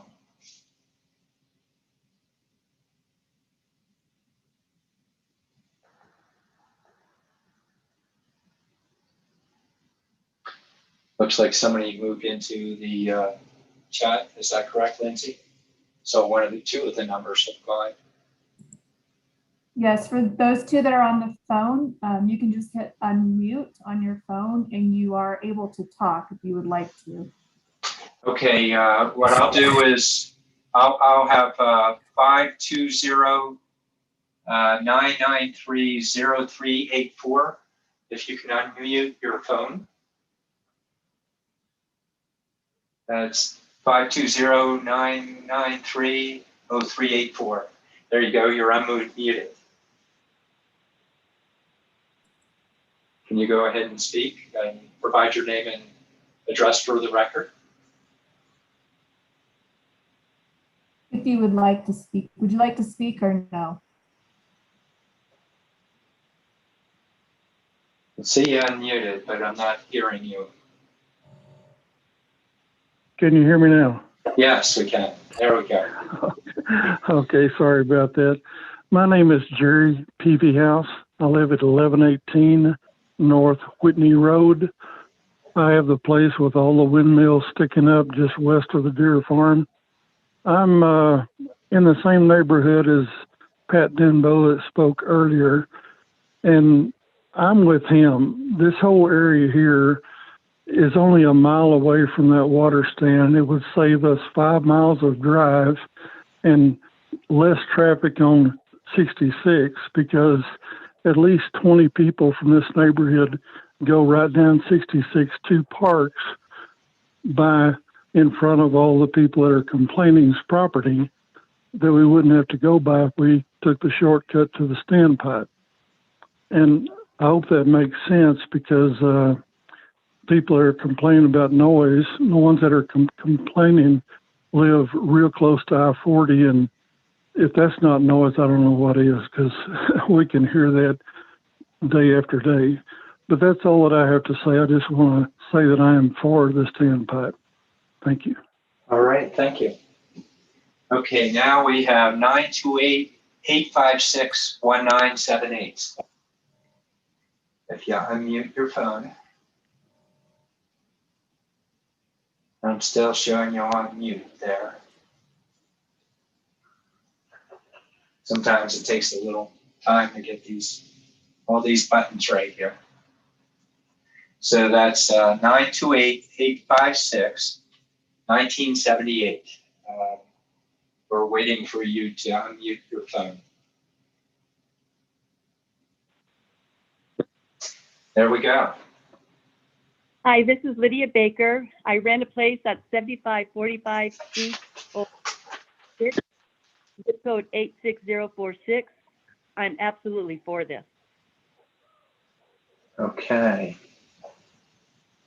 And is that your testimony, Lydia? I'm behind the Cernas. Okay. So you support this. All right. Well, thank you. Thank you. You're welcome. Okay, Lindsay, how do we do here? I've kind of been scanning. It looks like we've been through all the hands raised, and they were the 2 phone calls that we had. Is that correct? That's correct. We don't have any other hands raised at this time.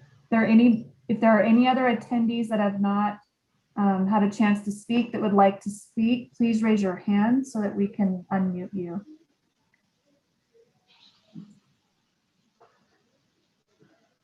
Okay. And we'll provide you just a little bit more time. Since we're doing Zoom, it takes a little bit more time to do this. Chair Ryan, I'm seeing the board comments inbox as well, and there aren't any recent emails in the board comments inbox at this time. Okay. All right. All right, Lindsay. Thank you. So with that, I'll go ahead and close this portion of the public hearing. So the next portion of the hearing is to permit the applicant, Ms. Zerna, and an opportunity to respond. And again, we'll provide you with 10 minutes.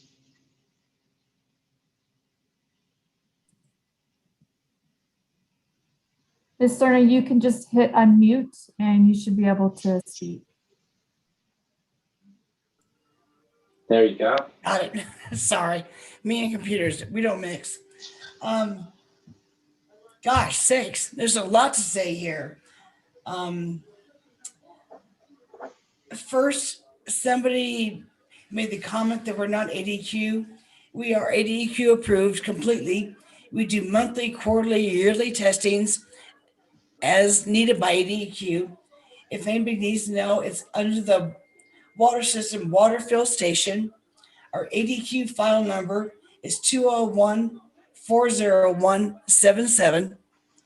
We are compliant every year, every month with ADQ. Somebody questioned the veterans sign looking at our property. The veterans have asked us, they need a space to train their service animals to give to other veterans that are in need. And so we gave them a portion of our land as they need a large space to train their animals, and they are welcome anytime to use land however they want to use it. As to any violation In Pittman Valley, I have no knowledge of any violation. We have never been written up or called for any violation. The only thing I was ever called on was that we had Ponderosa Fire doing training with doing training with his staff members. We gave him a passcode and ID number, and we give them unlimited water supply whenever they need it. And so somebody from the county had called me saying, and we've got a bunch of trucks, a bunch of pickup trucks, a bunch of large vehicles getting water from your water station. And I explained to him saying it was Kent trying to train his staff as to how to use the water station and how to use ID codes so they can use the water station in a non-emergency situation and to get used to it. So if they had an emergency situation, they wouldn't be in a panic mode. They go to the water station, get the water they need, and go on. But any kind of violation, I have never had one written, called. And so, Mr. Hing, I'm not sure what you're talking about as far as what violation we're under. I have never violated any county code, any state code whatsoever.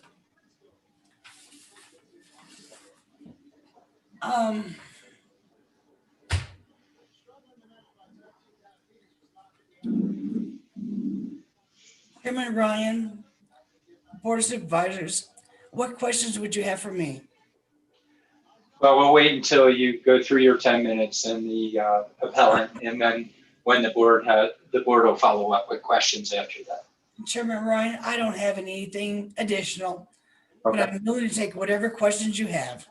Okay. All right. Thank you, Ann. So next up, we're going to provide Mr. Hing the opportunity to have 10 minutes as the appellant to respond.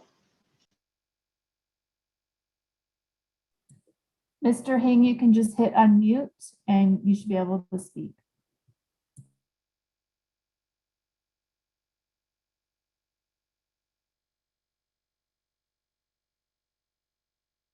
Can you hear me? Yes. Can you hear me? Yes, we can. Okay. Well, I think, it's very clear from all the testimony, and I'm referring to the three people that said they favored this project.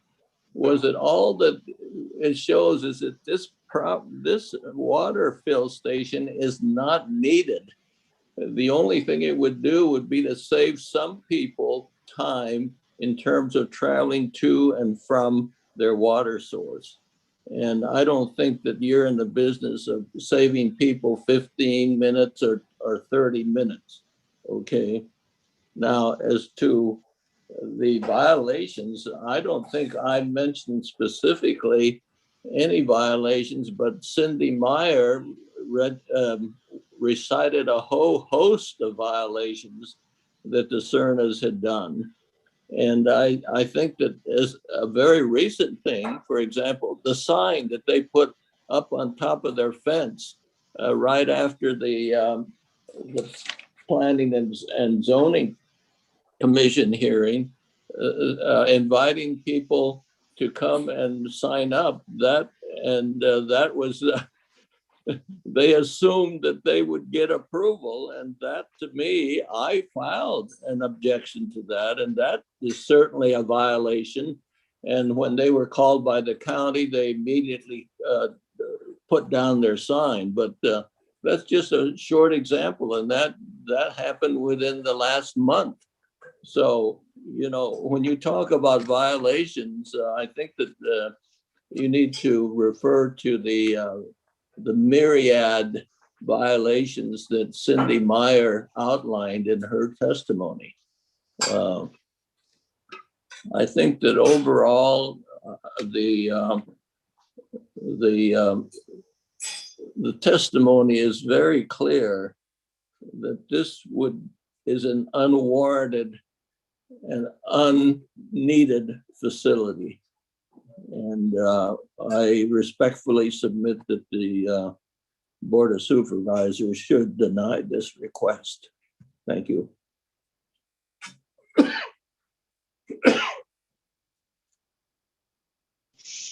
All right, thank you, Mr. Hing. Okay, so now that we've been through the public hearing portion of this, allowing the applicant and the appellant to provide their cases, we have been going for 2.5 hours at this point. So what I want to do is have us take a 10-minute recess to provide an opportunity for the board to take a break, and we'll come back. The time will come back at 7:40, and then we'll continue with our questions and the rest of the process.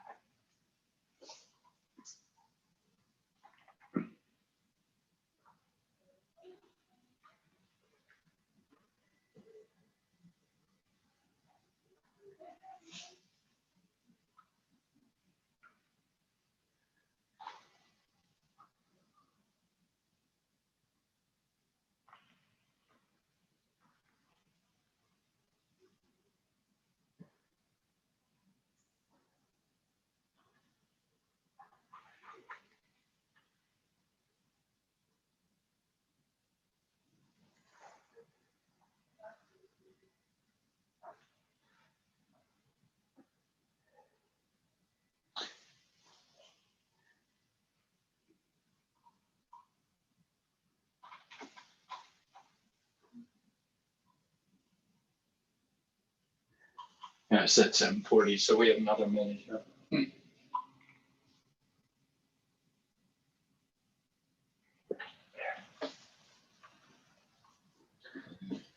We become a specialist on how to inhale food and stuff like that these days. But we really appreciate everybody's patience. It is a public hearing. And for folks that aren't used to hearings, it's a hearing. So it's not a typical dialogue and exchange of information.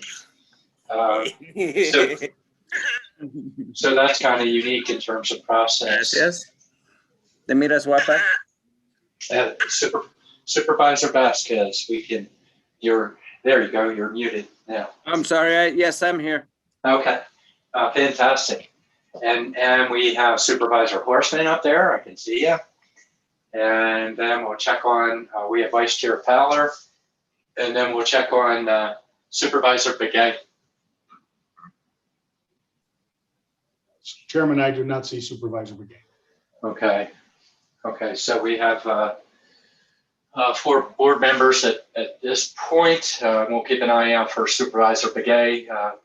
Often she loses bandwidth phoning in from remote location there. Okay, so let's see. Got our board in place. We've reached our time to 7:40. As we noted, we'll come back and begin to deliberate and or ask questions. So this is an opportunity for the board of you've heard the testimony. It may have triggered additional questions that you have. If you want to ask the applicant, if you want to, or the appellant, or staff for that matter. So that's the first opportunity that we have here. Based on some of the testimony that you heard, or if it triggered additional questions that you might have. So I'll turn to staff, to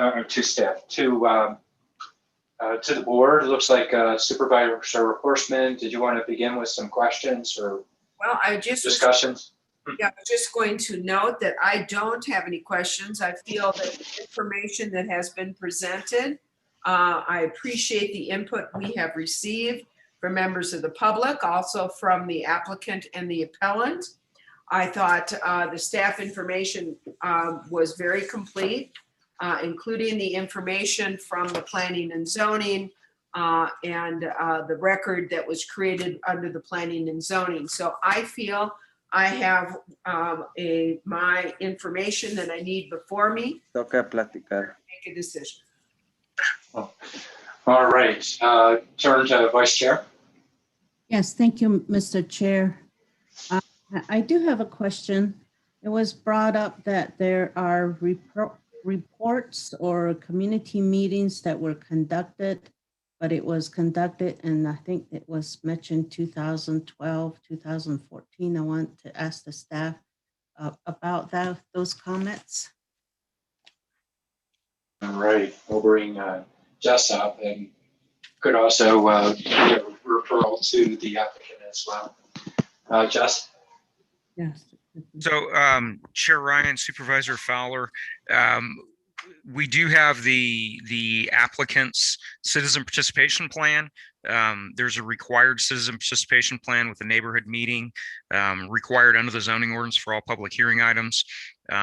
The report that was submitted by the applicant met the zoning ordinance requirements. So that's why they were able to go to public hearing. Since COVID started a little over a year ago, or I guess right at a year ago, we have been allowing applicants to hold their neighborhood meeting either virtually or outdoors on site, or find other methods of getting input from surrounding property owners. But I can tell you that from everything we can tell, it certainly what was submitted to us demonstrates that the applicant met the citizen participation requirement. Thank you. Mm-hmm. And why don't we also turn to the applicant to respond to this, Ms. Serna? You're on mute right now.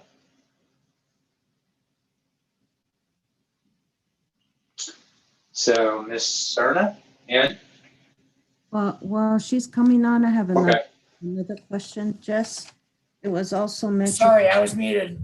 there you go. There you go. Can you respond to the public hearings that you had? Yes, we did the same 2 meetings as last year. It was, they're on site, and we didn't have it, and we had probably half the participants as we did in 2014.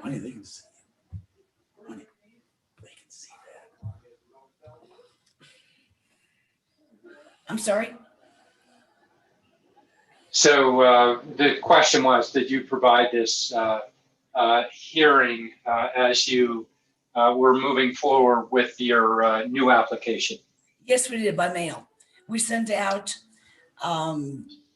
probably 42 applications to the residing residents within 1,500 feet as per the county regulations.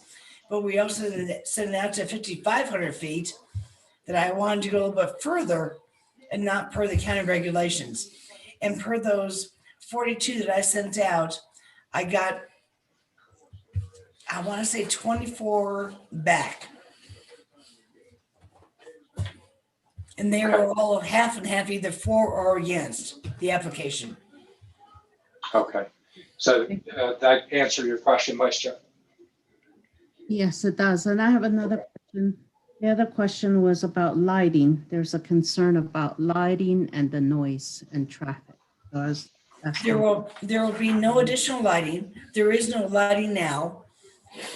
We will do no night lighting, as the only thing we want is dawn to dusk fill up situation, whether it be summertime from 5 a.m. to 6 p.m. or wintertime 7 a.m. to 5 p.m. Whatever the conditions are at that time of year is what they're going to be allowed to fill. Okay. And then on that, I believe staff can respond to the conditions that they have also, Jess. Thank you, Chair Ryan, and to Supervisor Fowler. If the applicant wants to, if they chose in the future to install lighting, just like any private property owner has the opportunity to do, then the zoning ordinance has a lighting code and the dark skies compliant lighting code, and the applicant would have to get a lighting permit and meet the lighting code. But from what we've seen, the applicant doesn't desire to install outdoor lights on their site. Okay, thank you. Mm-hmm.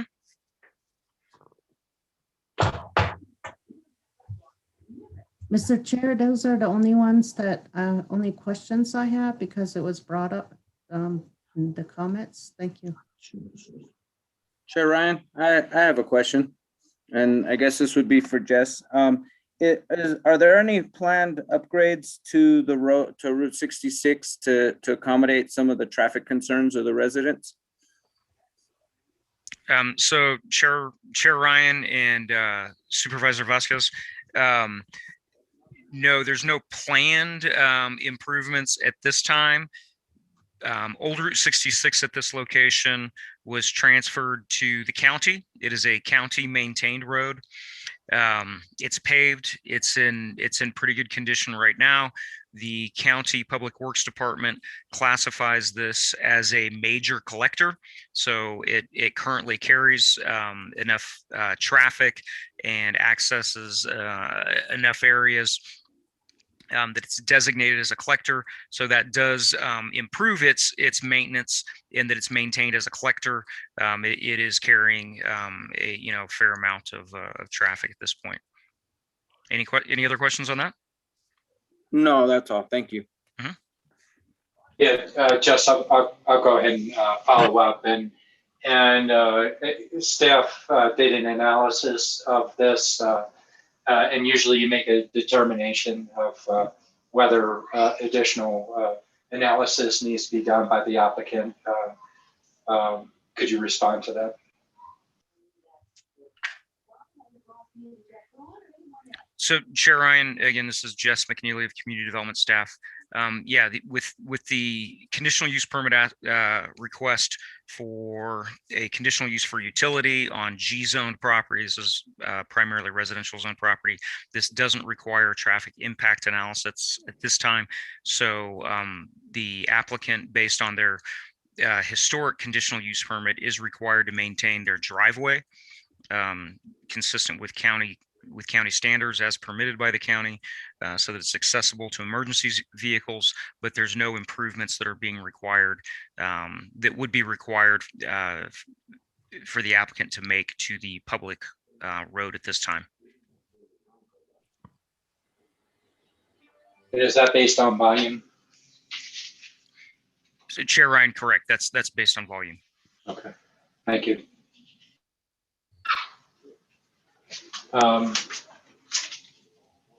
Other questions of the board?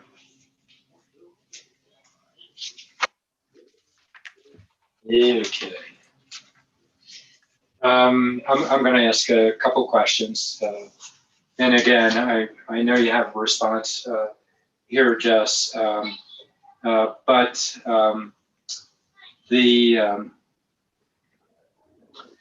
let's see.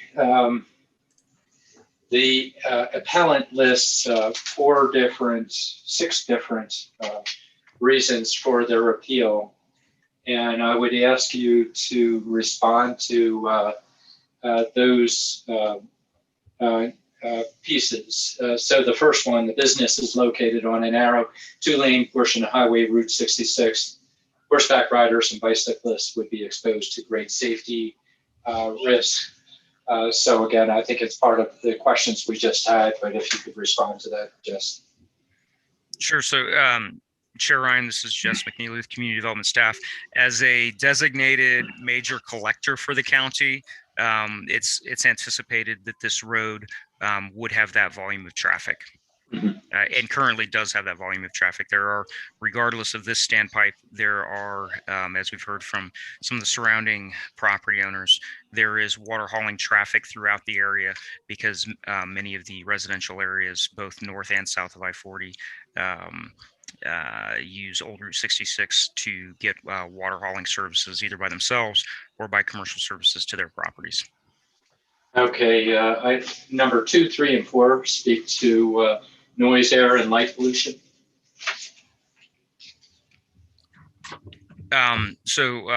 Chair Ryan, staff doesn't see that any noise, air, or light pollution would be anything beyond what is on I-40, 500 feet from the site. And as we've heard from the applicant, they do not intend to install outdoor lighting on their site. If they did in the future, that would require a lighting permit through the county to ensure that dark sky lighting code was enforced. Okay.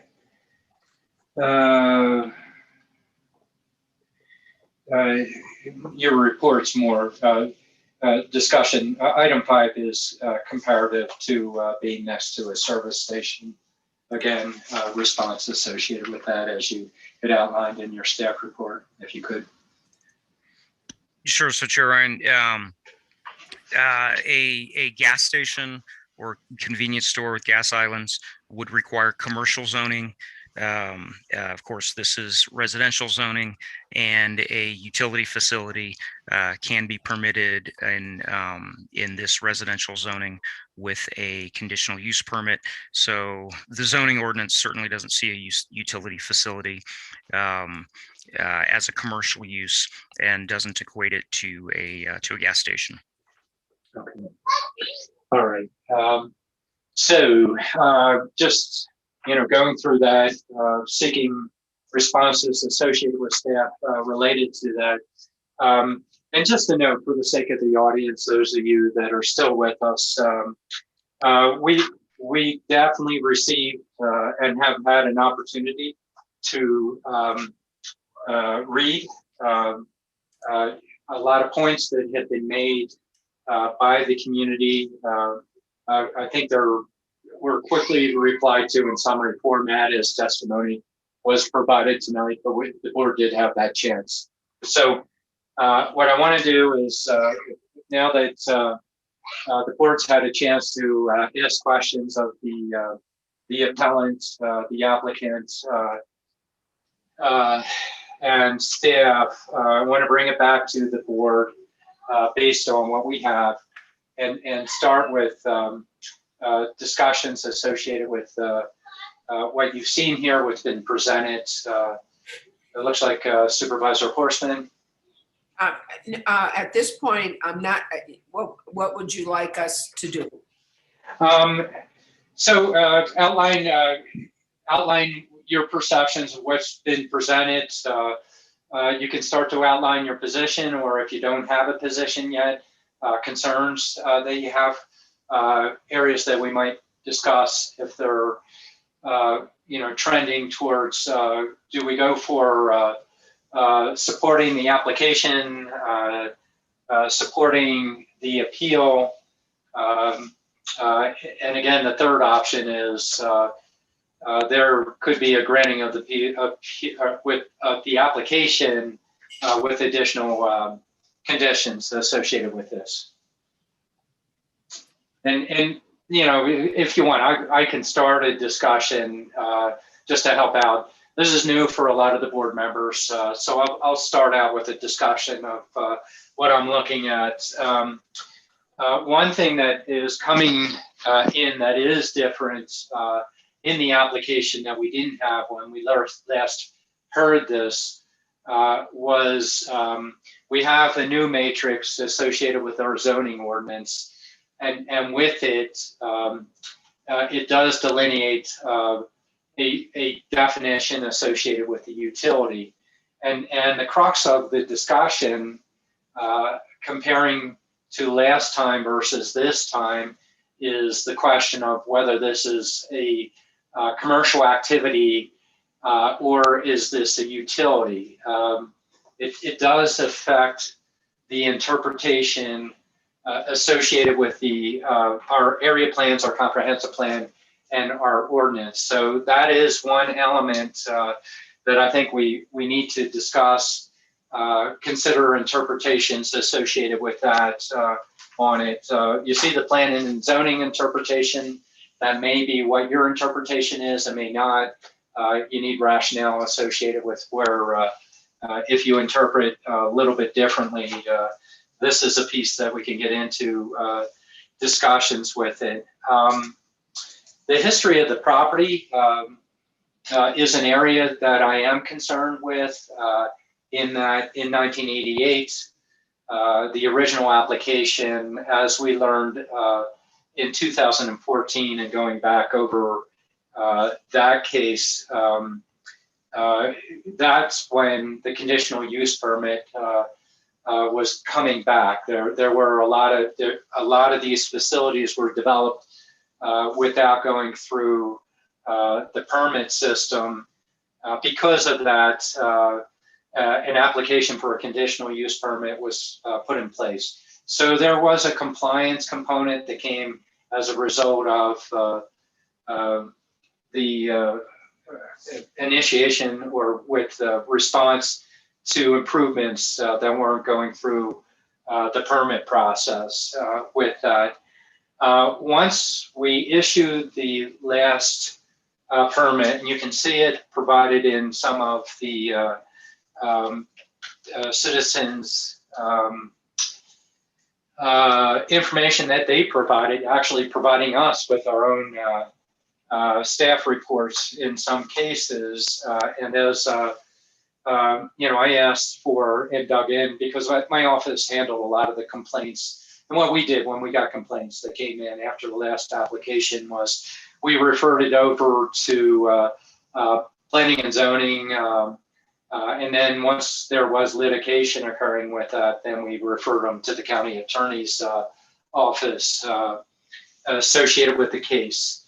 There were documents collected at that time by our zoning enforcement officer noting violations that were occurring with semi trucks that came in.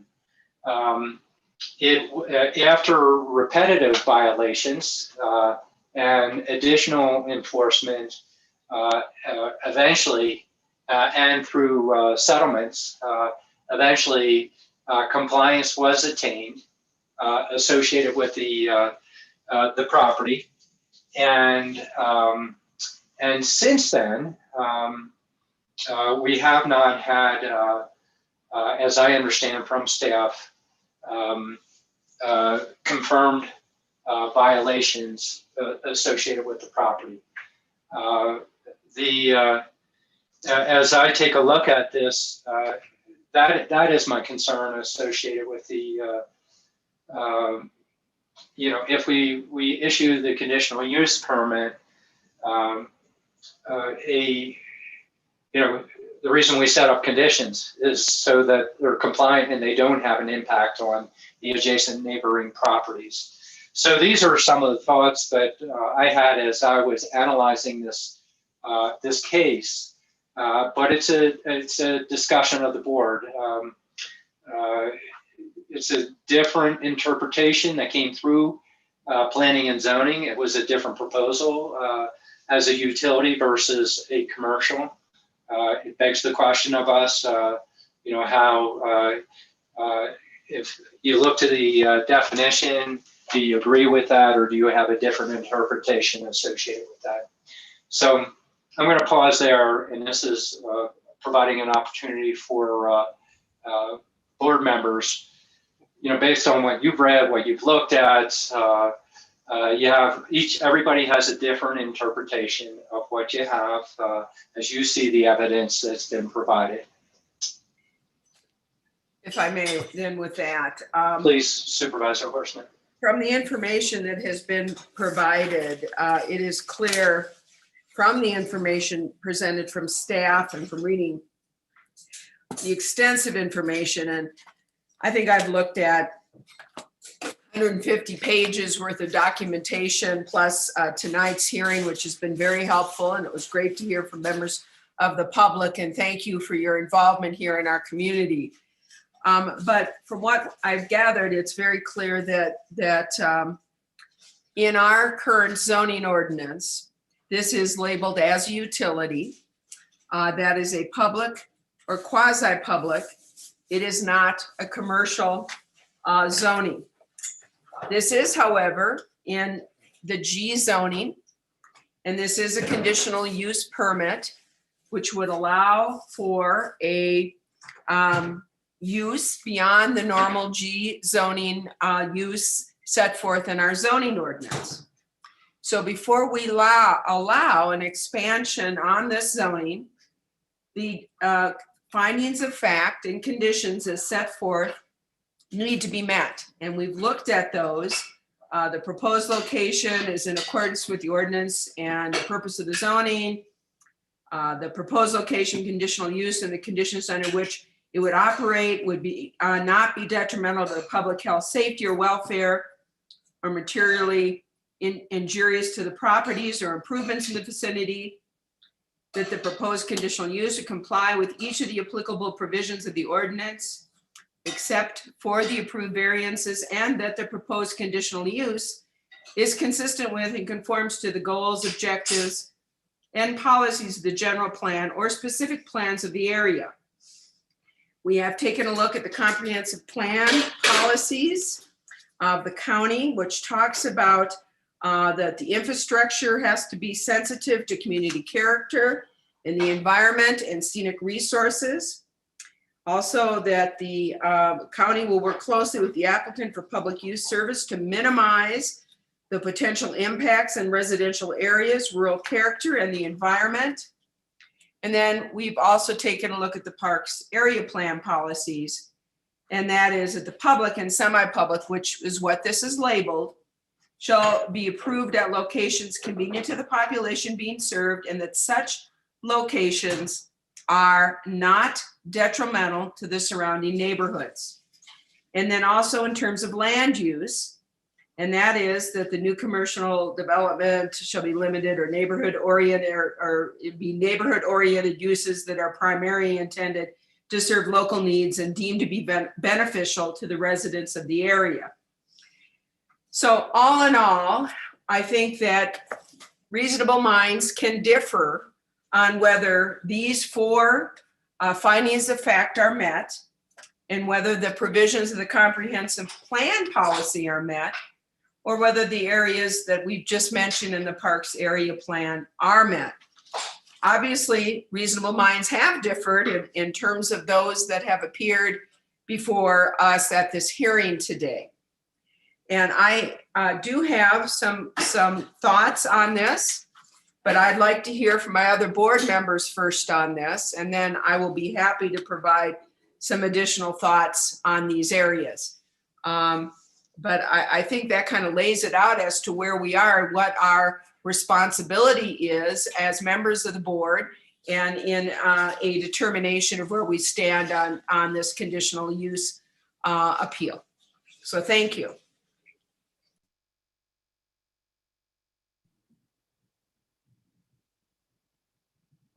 And as was presented by staff as well. Supervisor Fowler. Thank you, Mr. Chair. You know, when I look at the concerns that were brought up and about the air, light, traffic, and noise, and we have turned back to our staff to really address those, and I thought that those were all answered. We are under a new ordinance, zoning ordinance in the area, so the definition for the utility is what is defined as utility facility there is not a commercial on a G zone.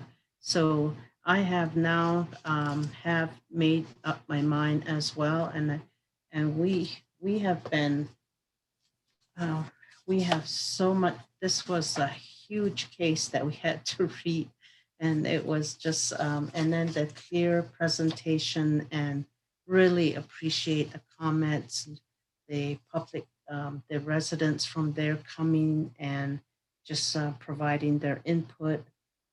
Participating in this process. I really appreciate that. I thought it was very, very well done. So, and we took notes on all the comments that were brought in. There was a concern about the ADEQ testing, but that was approved. The license was provided. So I thought that was that was answered too, because that was another one that I was really listening out for. So, and then the traffic as well. This is a county road. We're the ones that maintain that road. I know our roads at the county, they're all on a schedule for maintenance. I think my questions were answered, Mr. Chair. Thank you.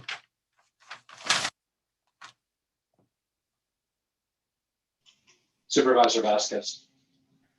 Yes, hi. Thank you everyone for taking the time to voice your concerns and your interest in this issue. Again, as I'm listening to this, the area that kind of raises some, not concern, but issue for me is just the impact on the local residential area. And so I'm still processing and seeing kind of where we might go with this, but I do feel the residents' concerns about just the impact to the area, and so I'm looking forward to furthering the discussion. That's all I have for the moment. Thank you. Well, there you go. Everybody enunciated the review and of everything that they saw. So let's get into discussions. Go ahead, Supervisor Horstman. So I have some concerns about the strong opposition of the neighbors, and we've heard from them tonight. We've also received a number of letters that have come to us, and I want members of the public to understand we take this extremely seriously, and this is a great responsibility, and we have read all of them. Given the concerns of the neighborhood, it does not appear that this use is sensitive to the community character and the environment or the scenic resources of this very rural part of our community. Obviously, what's before us is an expansion of the existing conditional use permit, a substantial, potentially expansion. I'm going to note that when asked how many, is there going to be a limit about how much traffic is going to come in, how much trucks and cars can come in to fill up, there's no limits to this. And so because of that, I am concerned about the traffic in the neighborhood. And I understand that this is a narrow two-lane road, even if it's maintained by the county. The people who live in this area, almost to every single person that we've received, have expressed safety concerns. They are bicyclists, they're horseback riders, they're joggers, and they have children. This area is a rural area. Somebody said people choose the rural lifestyle, they choose the city lifestyle. Well, we in Flagstaff kind of choose both lifestyles. But the people who live in that area have lived there because of its rural character and its nature. I have great concerns about allowing the sale of water or of any service, quite frankly, but of a utility that is going to increase traffic without limits to this very rural area.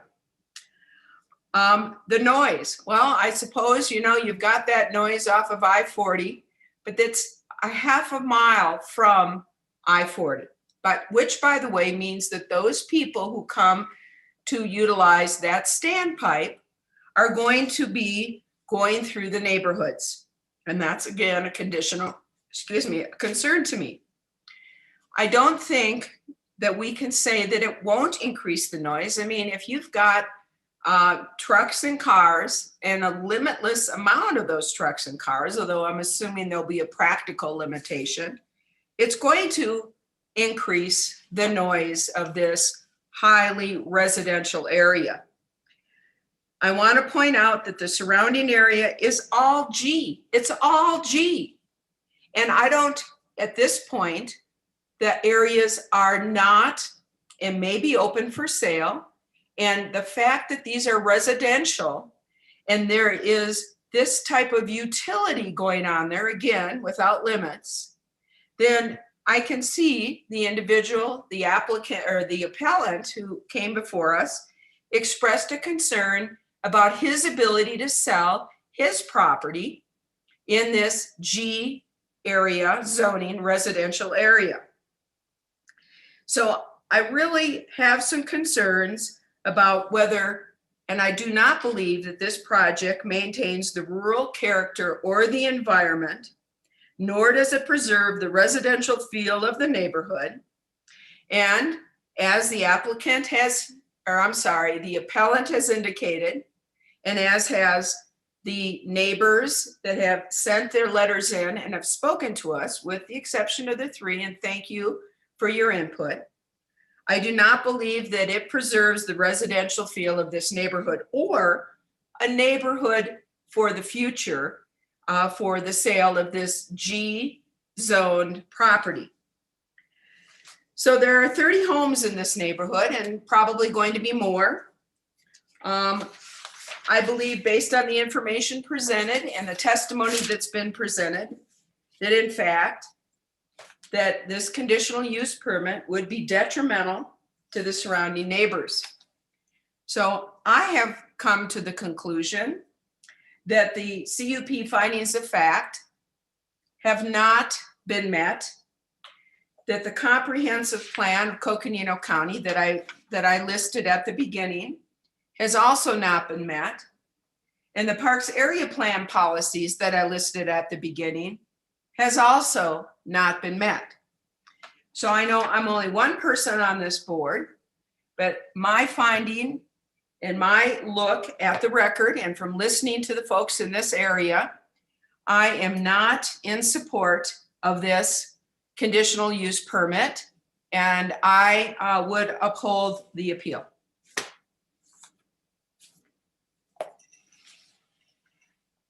And you are on mute, Chair. It's almost an automatic mute on me. Supervisor Fallon.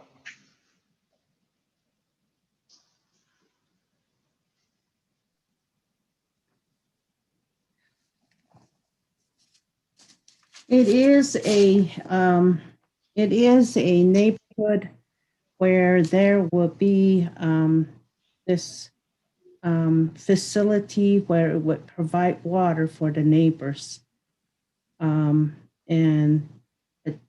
I'm gonna have to go back, and the neighbors, there were neighbors across the highway, I-40, and then there were neighbors that were down the road from there. I am concerned about the narrow road and then the turn off and the number of traffic that will be coming through. And the time is limited. So I'm not sure how many trucks will be coming through and to be hauling water. That was the other one that was, I think that was, and then it would provide water for about 20 to 30 residents down the road. And yes, the bikes, the traffic lights, bikes, horses, and kids on the road were mentioned on the road. So that has to be it has to be Route 66 that these kids are on. So I was trying to see how, and this is back to our staff, and I have traffic count up here, and I didn't ask that question because it was actually answered that it was not required because of just the traffic flow. So, and I'm kind of going back and forth right here. I'm kind of leaning towards approving it because of just a lot of the questions that were brought out, I thought were answered. The character, this is not a commercial facility. It is a utility structure. It's a facility that is going to be limited in hours. So that's where I am looking at that.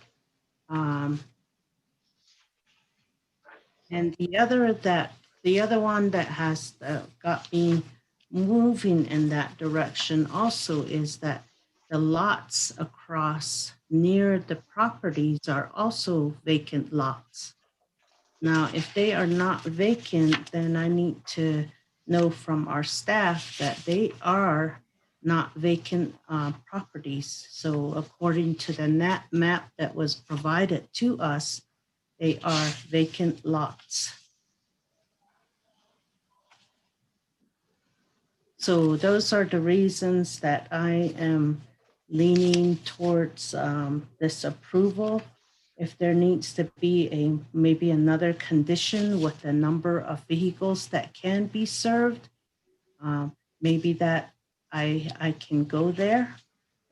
So I think that we need to, that would be my input, Mr. Chair. Okay, Supervisor Vasquez. Yes, so listening to this, for me, again, I think I go back to the concerns of the residents and the impact in the area. I'm leaning towards voting for the appeal. If we were to allow the construction go forward, I would think that we'd want to add some more conditions. Again, like limiting the number of vehicles, maybe even limiting the size of vehicles so that you don't get big trailers over there or whatnot. But so for me, based on the character of how it would impact the surrounding area and the fact that the residents have expressed such opposition to this this permit, I'm leaning in that direction, but I'm open to more discussion. Thank you. Well, we don't have Supervisor Begay. She fell off with her phone, so that'll bring it back to me and some of my discussion associated with this. So yeah, I've been wrestling with this one. It really is a challenge. Now, what we have is a different interpretation than we had when we had it presented the last time.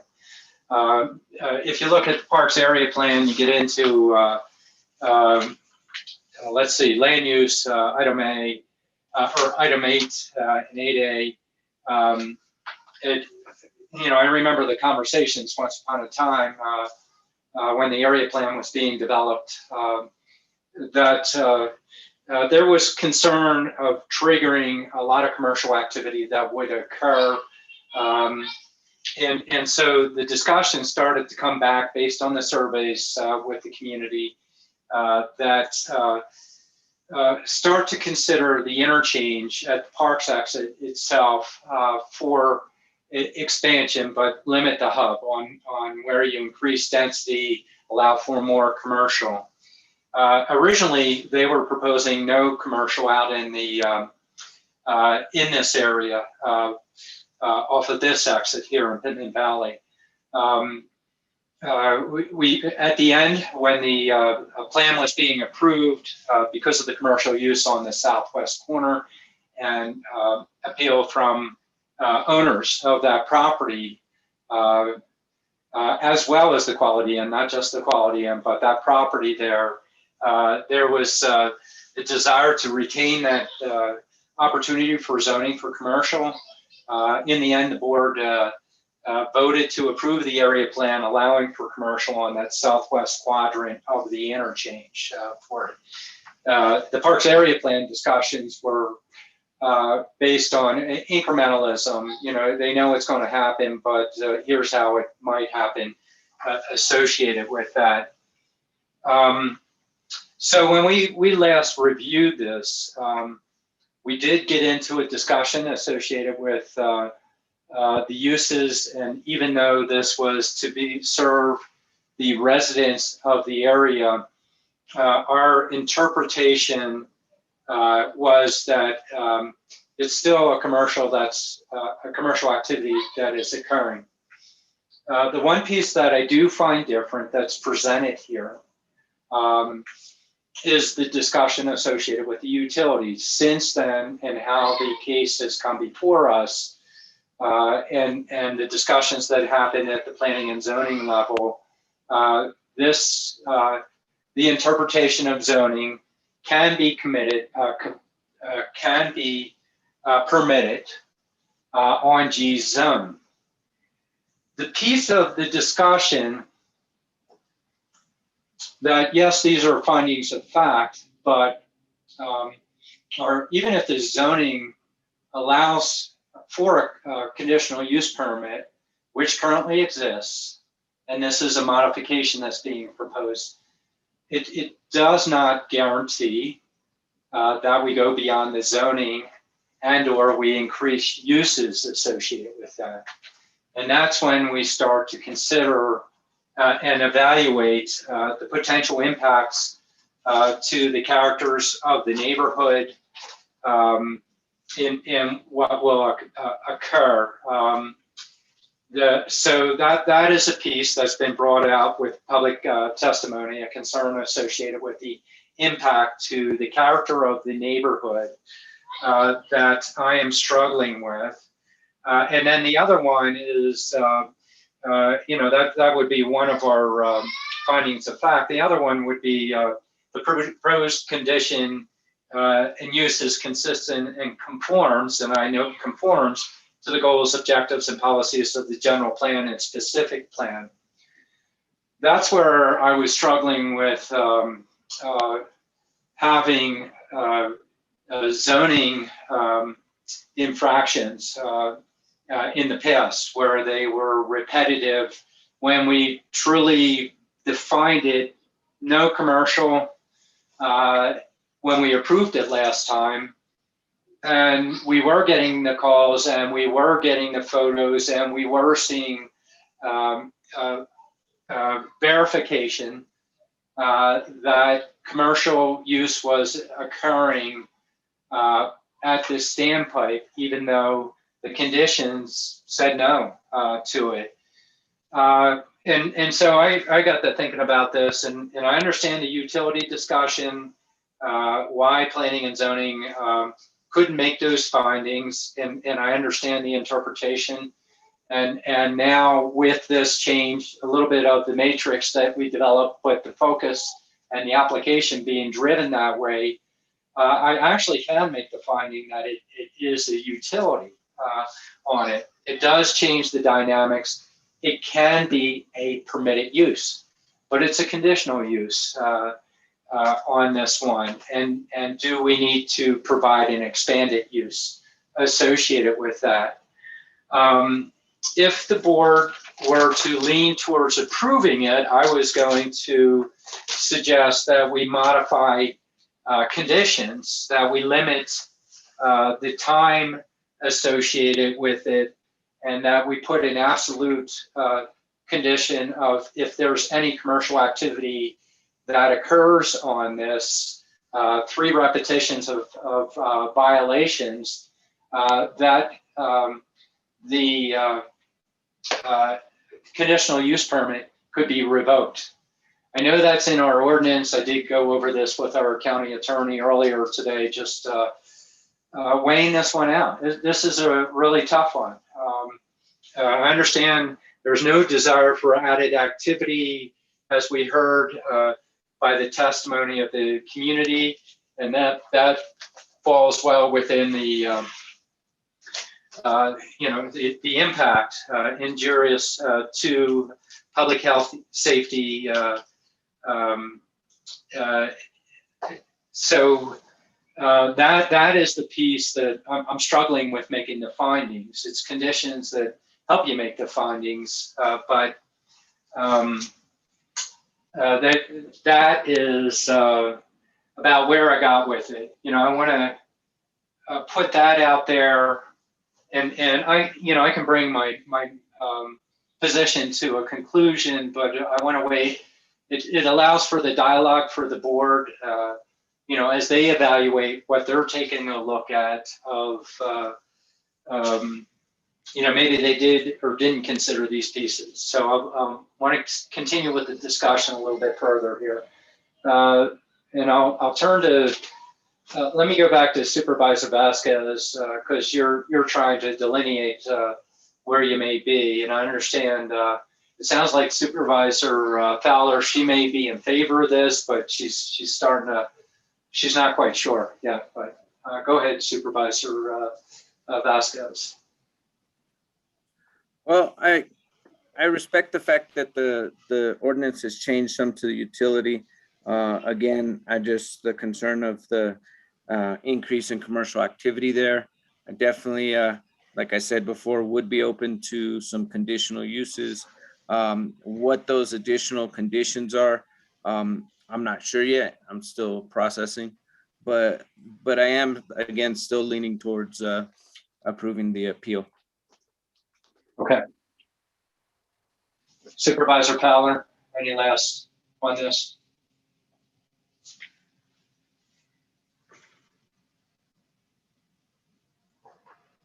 Vice Chair.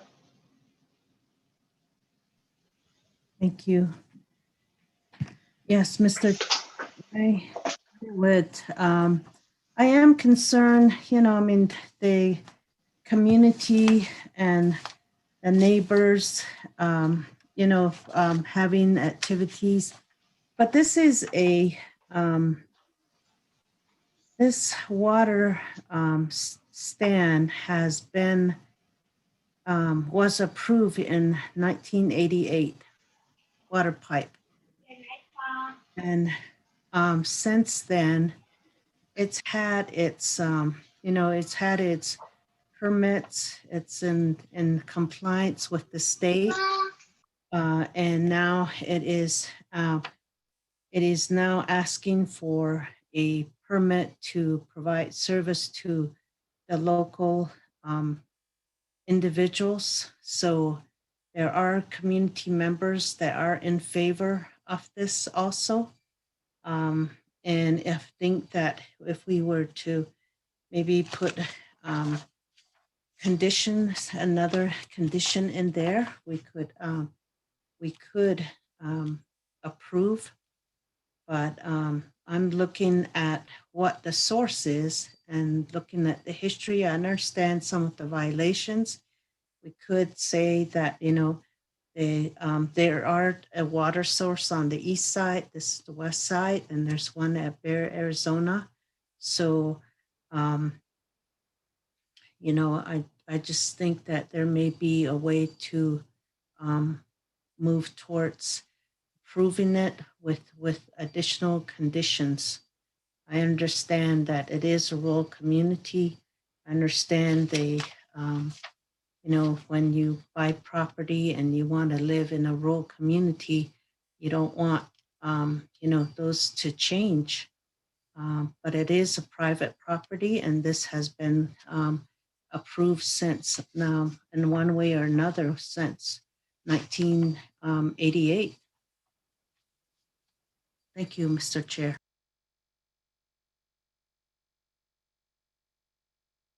There you go. I missed that again. Yeah, so for the new supervisors, you can see these decisions are very difficult. There are elements that are pro and there are elements that are con, but in the end, we do need to make a decision associated with this. And so I'm struggling with making the findings as I noted. Even if I were to move forward with an approval, it would be a 2-2 split, but I'm struggling with making, and 2-2 split is a denial, is what it is. At this point, I think we've had enough discussion that I would consider a motion associated with this. I'm going to turn to Supervisor Horstman to see if you would care to make a motion on this. And I know this is in your district, Chair, so if you feel comfortable making that motion, I would be fine. As chair, typically I wouldn't make the motion unless nobody was making a motion associated with this. So I turn back to you.